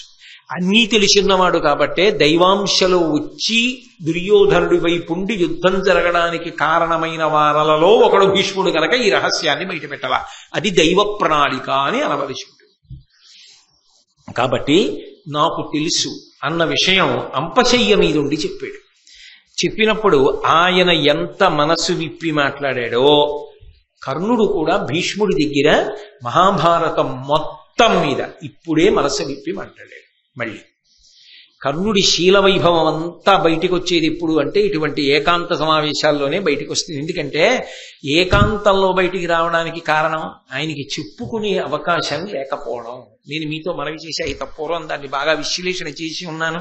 మీ అందరూ పట్టుకున్నవారు ప్రాజ్ఞులు పునః దాన్ని చెప్పక్కర్లేదు. అందుకని కర్ణుడు జవాబు చెప్తూ అన్నాడు, కౌంతేయుండనగుదు ఇది ఎంతయు తొల్లియును వింటి ఆర్యులచే ఇట్లి ఇంతయు ఎరిగినన్ కుంతీ సంతానముతోడి పొత్తు సనుగునే నాకు. తాత, నాకు కూడా తెలుసు, నేను విన్నాను పెద్దల వలన. నేను కుంతీ కుమారుడనే కాని యథార్థమునకు రాధాదేవి కుమారుడను కానన్న విషయం నాకు తెలుసు. కానీ లోకంలో రాధేయుడుగానే పెరిగాను. ఆ పేరే నాకు శాశ్వతమైన కీర్తినిచ్చింది. నా బిడ్డ అని ఎప్పుడు అనలేదుగా కుంతీదేవి, అనవలసిన సమయంలో అనలేదుగా. రాధేయుడిగా దుర్యోధనుడి పలుకున కదా ఉన్నా, అతని వలన కదా ఇంత ఎదిగి పెద్దవాణ్ణయ్యా, ఇంత గౌరవం సంపాదించుకున్నా. ఇప్పుడు దేనికి నేను వెళ్ళాలి అవతల వైపుకి? ఏ ప్రయోజనానికి వెళ్ళాలి? నువ్వు 10 రోజులు యుద్ధం చేసావా, ఇప్పుడు నేను అటు వెళ్ళనా? ఎందుకు ఇంకా? అప్పుడు అసలు యుద్ధం చేయడానికి నాకేముంది అవకాశం? అపకీర్తి తప్ప ఉపయోగమే ఉంది. వారు మహాబలుల్ హరియువారికి ప్రాపుకలండు వారలంబోర జయింపెరామియును బుద్ధి నిరింగుదు అయినా కౌరవక్ష్మారమణుండు సేయుతగు మన్ననలెల్ల తలంచి చూచినన్ భురి వివేక ఏ విడిచిపోవుట ధర్మమే వీరకర్మమే. ఇక్కడ స్పష్టంగా మళ్ళీ ఇంకోసారి బయటపడిపోయాడు. ఓ తాత, నాకు బాగా తెలుసు వారు మహాబలుల్, పాండవులు మహాబలవంతులన్న విషయం నాకు స్పష్టంగా తెలుసు. హరియువారికి ప్రాపుకలండు, సాక్షాత్ శ్రీమన్నారాయణుడే వారి పక్కన ఉన్నాడన్నది కూడా నాకు తెలుసు. ధర్మం అటుందని కూడా నాకు తెలుసు. వారలంబోర జయింపరామియును బుద్ధి నిరింగుదు, యుద్ధంలో వాళ్ళని గెలవమని కూడా నాకు తెలుసు. వాళ్ళ ముందు మేమందరం పడిపోతామని కూడా నాకు తెలుసు తాత. అయినా కానీ కౌరవక్ష్మారమణుండు చేయుతకు మన్ననలెల్ల తలంచి చూచినన్. ఇంతకాలం దుర్యోధనుడి అన్నం తిన్నానే, ఎన్ని గౌరవాలు చేశాడు, ఎంత రాచపదవి కట్టబెట్టాడు, ఎంత దగ్గరికి తీసుకున్నాడు, ఎంత నాతో ఆలోచించి నిర్ణయాలు చేశాడు, నా మీద ఎన్ని ఆశలు పెట్టుకున్నాడు. ఇప్పుడు వదిలేసి కొత్త కీర్తి ఏం గణించను? ఎందుకు ఇంకా? చెయ్యి దాటిపోయింది. అన్నీ తెలిసున్నా, అవతల ధర్మపక్షమని తెలిసున్నా, పెడితే బ్రతుకుతానని తెలిసున్నా, రాజ్యమే వస్తుందని తెలిసున్నా, వ్యక్తిగతమైన నా యొక్క క్రమశిక్షణ వలన ఇక ఉల్లంఘించి వెళ్ళలేను తాత. ఈ వార్త సమయానికి చెప్పని వాళ్ళందరిదీ పాపమే. నిజమేగా? ఇప్పుడు ఆయన వచ్చాడుగా ఒక రకంగా. కాబట్టి భూరి వివేక, చాలా వివేకం ఉన్నవాడా, నువ్వు నిర్ణయించలేవు. ఏ విడిచిపోవుట ధర్మమే వీరకర్మమే. ఇప్పుడు నేను ఇటు వదిలిపెట్టి అటు వెళ్ళడం ధర్మమా వీరకర్మమా? ఎందుకు వెళ్ళమంటావు? వెళ్ళి ప్రయోజనం ఏముంటుంది? ఒక మాట కాదు, ఇన్ని మాటలు అవకాశం భరించిన స్నేహధర్మానికే కట్టుబడిపోయాడు.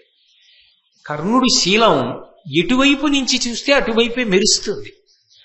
కానీ మహానుభావుడు ఈ సంగదోషమే తెలిసో తెలియకో ఆయన కావాలని ఇరుక్కున్నాడా? అనుకోకుండా ఇరుక్కున్నాడు. కుమారాస్త్ర విద్యా ప్రదర్శనంలో పడిపోయిన బీజం వటవృక్షమైపోయింది.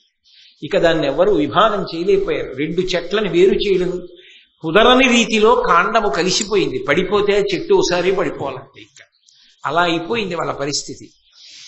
మాటలు పెక్కులాడి అనుమానము లేక సభంగడంగి పల్మాటు పరాభవించితి చలంబున పాండవ కోటికెప్పుడుంచేటుదలంచి ఏ బలువు చేసితి వైరము నాకు ఇంక నీ వీటికి వరి వీటికి నీ ఎకసమయ్యడు కయ్యమొప్పగన్.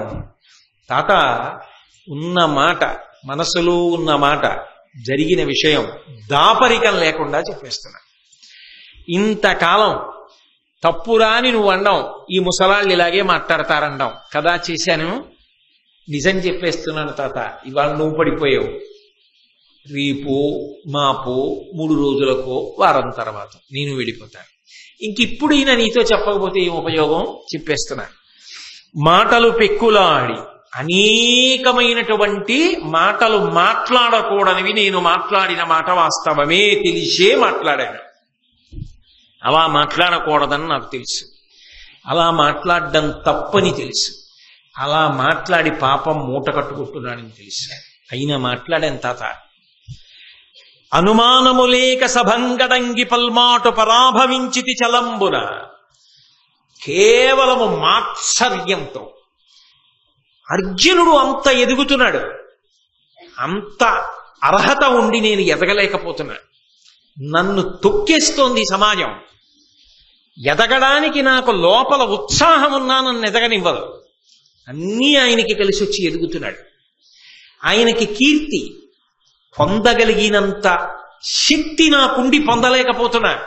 ఈ ఆర్తి మాత్సర్యంగా మారింది తాత. అర్జునుడి మీద క్రోధంగా మారింది. అందుకే ఎంత అవమానించచ్చన్నది చూసి దుర్యోధనుణ్ణి అడ్డు పెట్టుకుని సభలలో అనకూడని మాటలన్నీ అని అవమానించారు. నిస్సందేహం అదే ద్రౌపదీదేవి పట్ల కూడా వెళ్ళిపోయింది ఆ వాగ్ధోరణి. తప్పని నాకు తెలియదని అనుకోవద్దు తాత. కానీ నా జీవితంలో నేను పొందినటువంటి పరాభవాలు, నేను ఎదగడానికి అడ్డొచ్చిన కారణాలు, నేను పొందిన పరివేదన నా చేత అలా చేయించాయి. అది మాత్సర్యమే, దోషమే నాకు తెలుసు. కానీ నేనంతకన్నా దాటలేకపోయాను ఒక మానవుడిగా. నేను అందులో శాంతి పొందాను. అది తప్పని తెలుసు. దానికి నా తల ఇచ్చేస్తానని తెలుసు. సిద్ధపడుతున్నానని తెలుసు. కానీ అతిక్రమించలేని విషయాలయ్యాయి తాత. ఉన్న మాట నీతో చెప్తున్నాను. నేను మాట్లాడిన మాట సత్యమే, అది నా తప్పు కూడా. ఇంకా వీటికి నీ ఎక్కసమయ్యడు కయ్యమొప్పగన్. ఖచ్చితంగా కౌరవ సైన్యానికి పాండవ సైన్యానికి ఆఖరి తల తెగిపోయే వరకు ఈ యుద్ధం జరగవలసింది. ఆగడానికి జరిగి తీరుతుంది తాత. ఇక ఇప్పుడు ఆపడం కుదరదు. నేను వేసినటువంటి విత్తనాలు అటువంటివి. అది ఇలా జరగవలసిందే యుద్ధం. ఆ మాత్సర్యానికి అంతం ఇప్పుడంటే శరీరాలు పడిపోయినప్పుడే. ఇంకంతకన్నా మార్గం లేని రీతికి ఎదిగిపోయాయి తాత అవి. దైవాధీనము సర్వమున్ మనమతిం తప్పింపగా వచ్చునే నీవింకన్నను నొండువల్కక పరానీకంబుపై పంపు మత్సేవాధర్మము నిర్వహించద బలోచ్ఛేకంబు లోకంబు సంభావింపన్ విహరించదన్ మురరిపున్ పార్థుం తలంకించదన్. తాత దైవాధీనము సర్వమున్, అంతా దైవాధీనం. నాకు అర్థమైపోయి ఎక్కడో పుట్టినవాణ్ణి, మొత్తం సామ్రాజ్యం పాలింపవలసిన వాణ్ణి. తెలిసున్న తల్లి చెప్పలా, తెలిసున్న తండ్రి చెప్పలా, తెలిసున్న నువ్వు చెప్పలా, సర్వజ్ఞుడు కృష్ణుడు చెప్పలా, ఎవ్వరూ చెప్పవలసిన సమయానికి చెప్పలా. మా బంధం దృఢతరమైపోయి యుద్ధం ఆపడానికి వీలు లేని స్థితి వచ్చిన తర్వాత అందరూ నన్ను అటెళ్ళమని చెప్పారు. వెళ్ళలేని స్థితి అని నేను తలకొట్టుకు చెప్తున్నాను. కాబట్టి యుద్ధమే జరుగుతుంది, అందరూ చచ్చిపోతారు. ఇది దైవ నిర్ణయం తాత. భీష్ముడికి అదే తెలుసు. ధర్మ సంస్థాపన కొరకు పడిపోవలసిందే. కర్ణుడే చెప్పాడుగా, ఇది అధర్మ పక్షం నిలబడదు. ధర్మం కళ్ళ ముందు కృష్ణుడు అటున్నాడు, అదే సత్యం. కాబట్టి ఇటు పడిపోతారు తాత. దీన్ని ఆపడం కుదరదు. అది దైవ నిర్ణయం తాత. అందులో పెద్ద పావు నేనవడం నా కర్మంతి.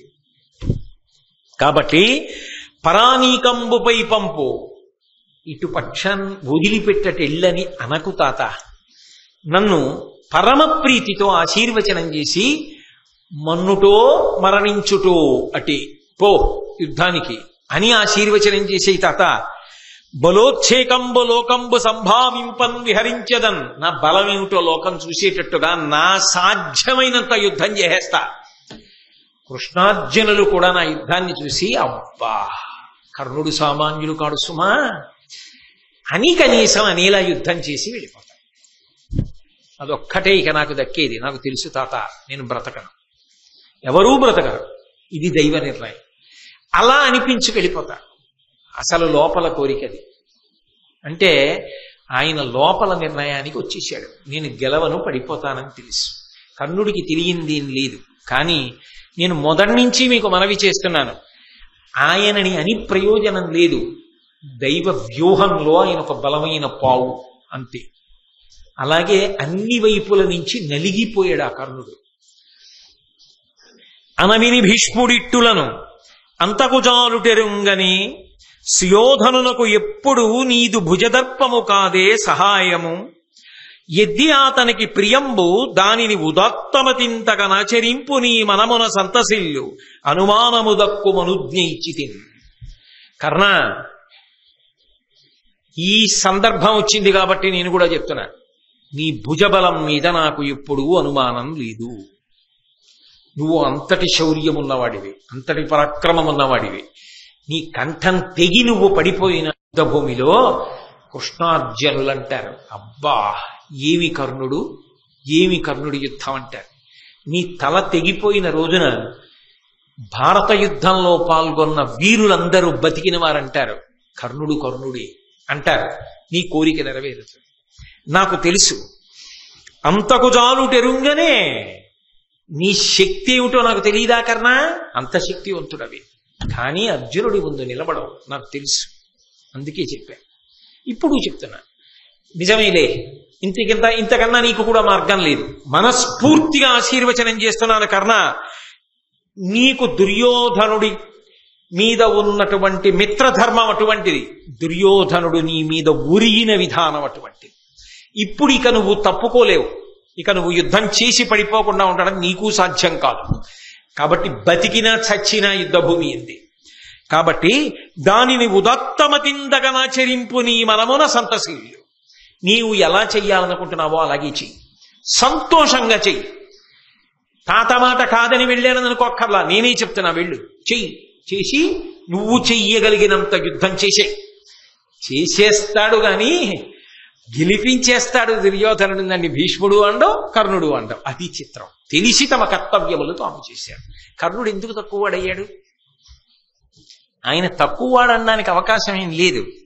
కాబట్టి అనుమానము దక్కుమనుజ్ఞమిచ్చితిన్. ఇక మనసులో ఏ విధమైన శంక పెట్టుకోకు. ఆశీర్వచనం చేశాను, అనుమతి ఇచ్చాను, పో వెళ్ళు. బయలుదేరాడు కర్ణుడు. తాత ఆశీర్వదించావు, బయలుదేరుతున్నాను. ఇప్పుడు తనకి మనసు నిండా ఒక సంతోషం. తనకి తెలుసు భీష్ముడు తనకేమవుతాడో, భీష్ముడికి తెలుసని తనకి తెలియదు. కానీ అంతటి మహాయోధుడికి తెలిసింది, తనకి అనుబంధం ఉన్నది, అందరూ మన వల్ల తాను మనవడేనని. ఇవాళ మనస్ఫూర్తిగా తాత అని పిలిచాడు.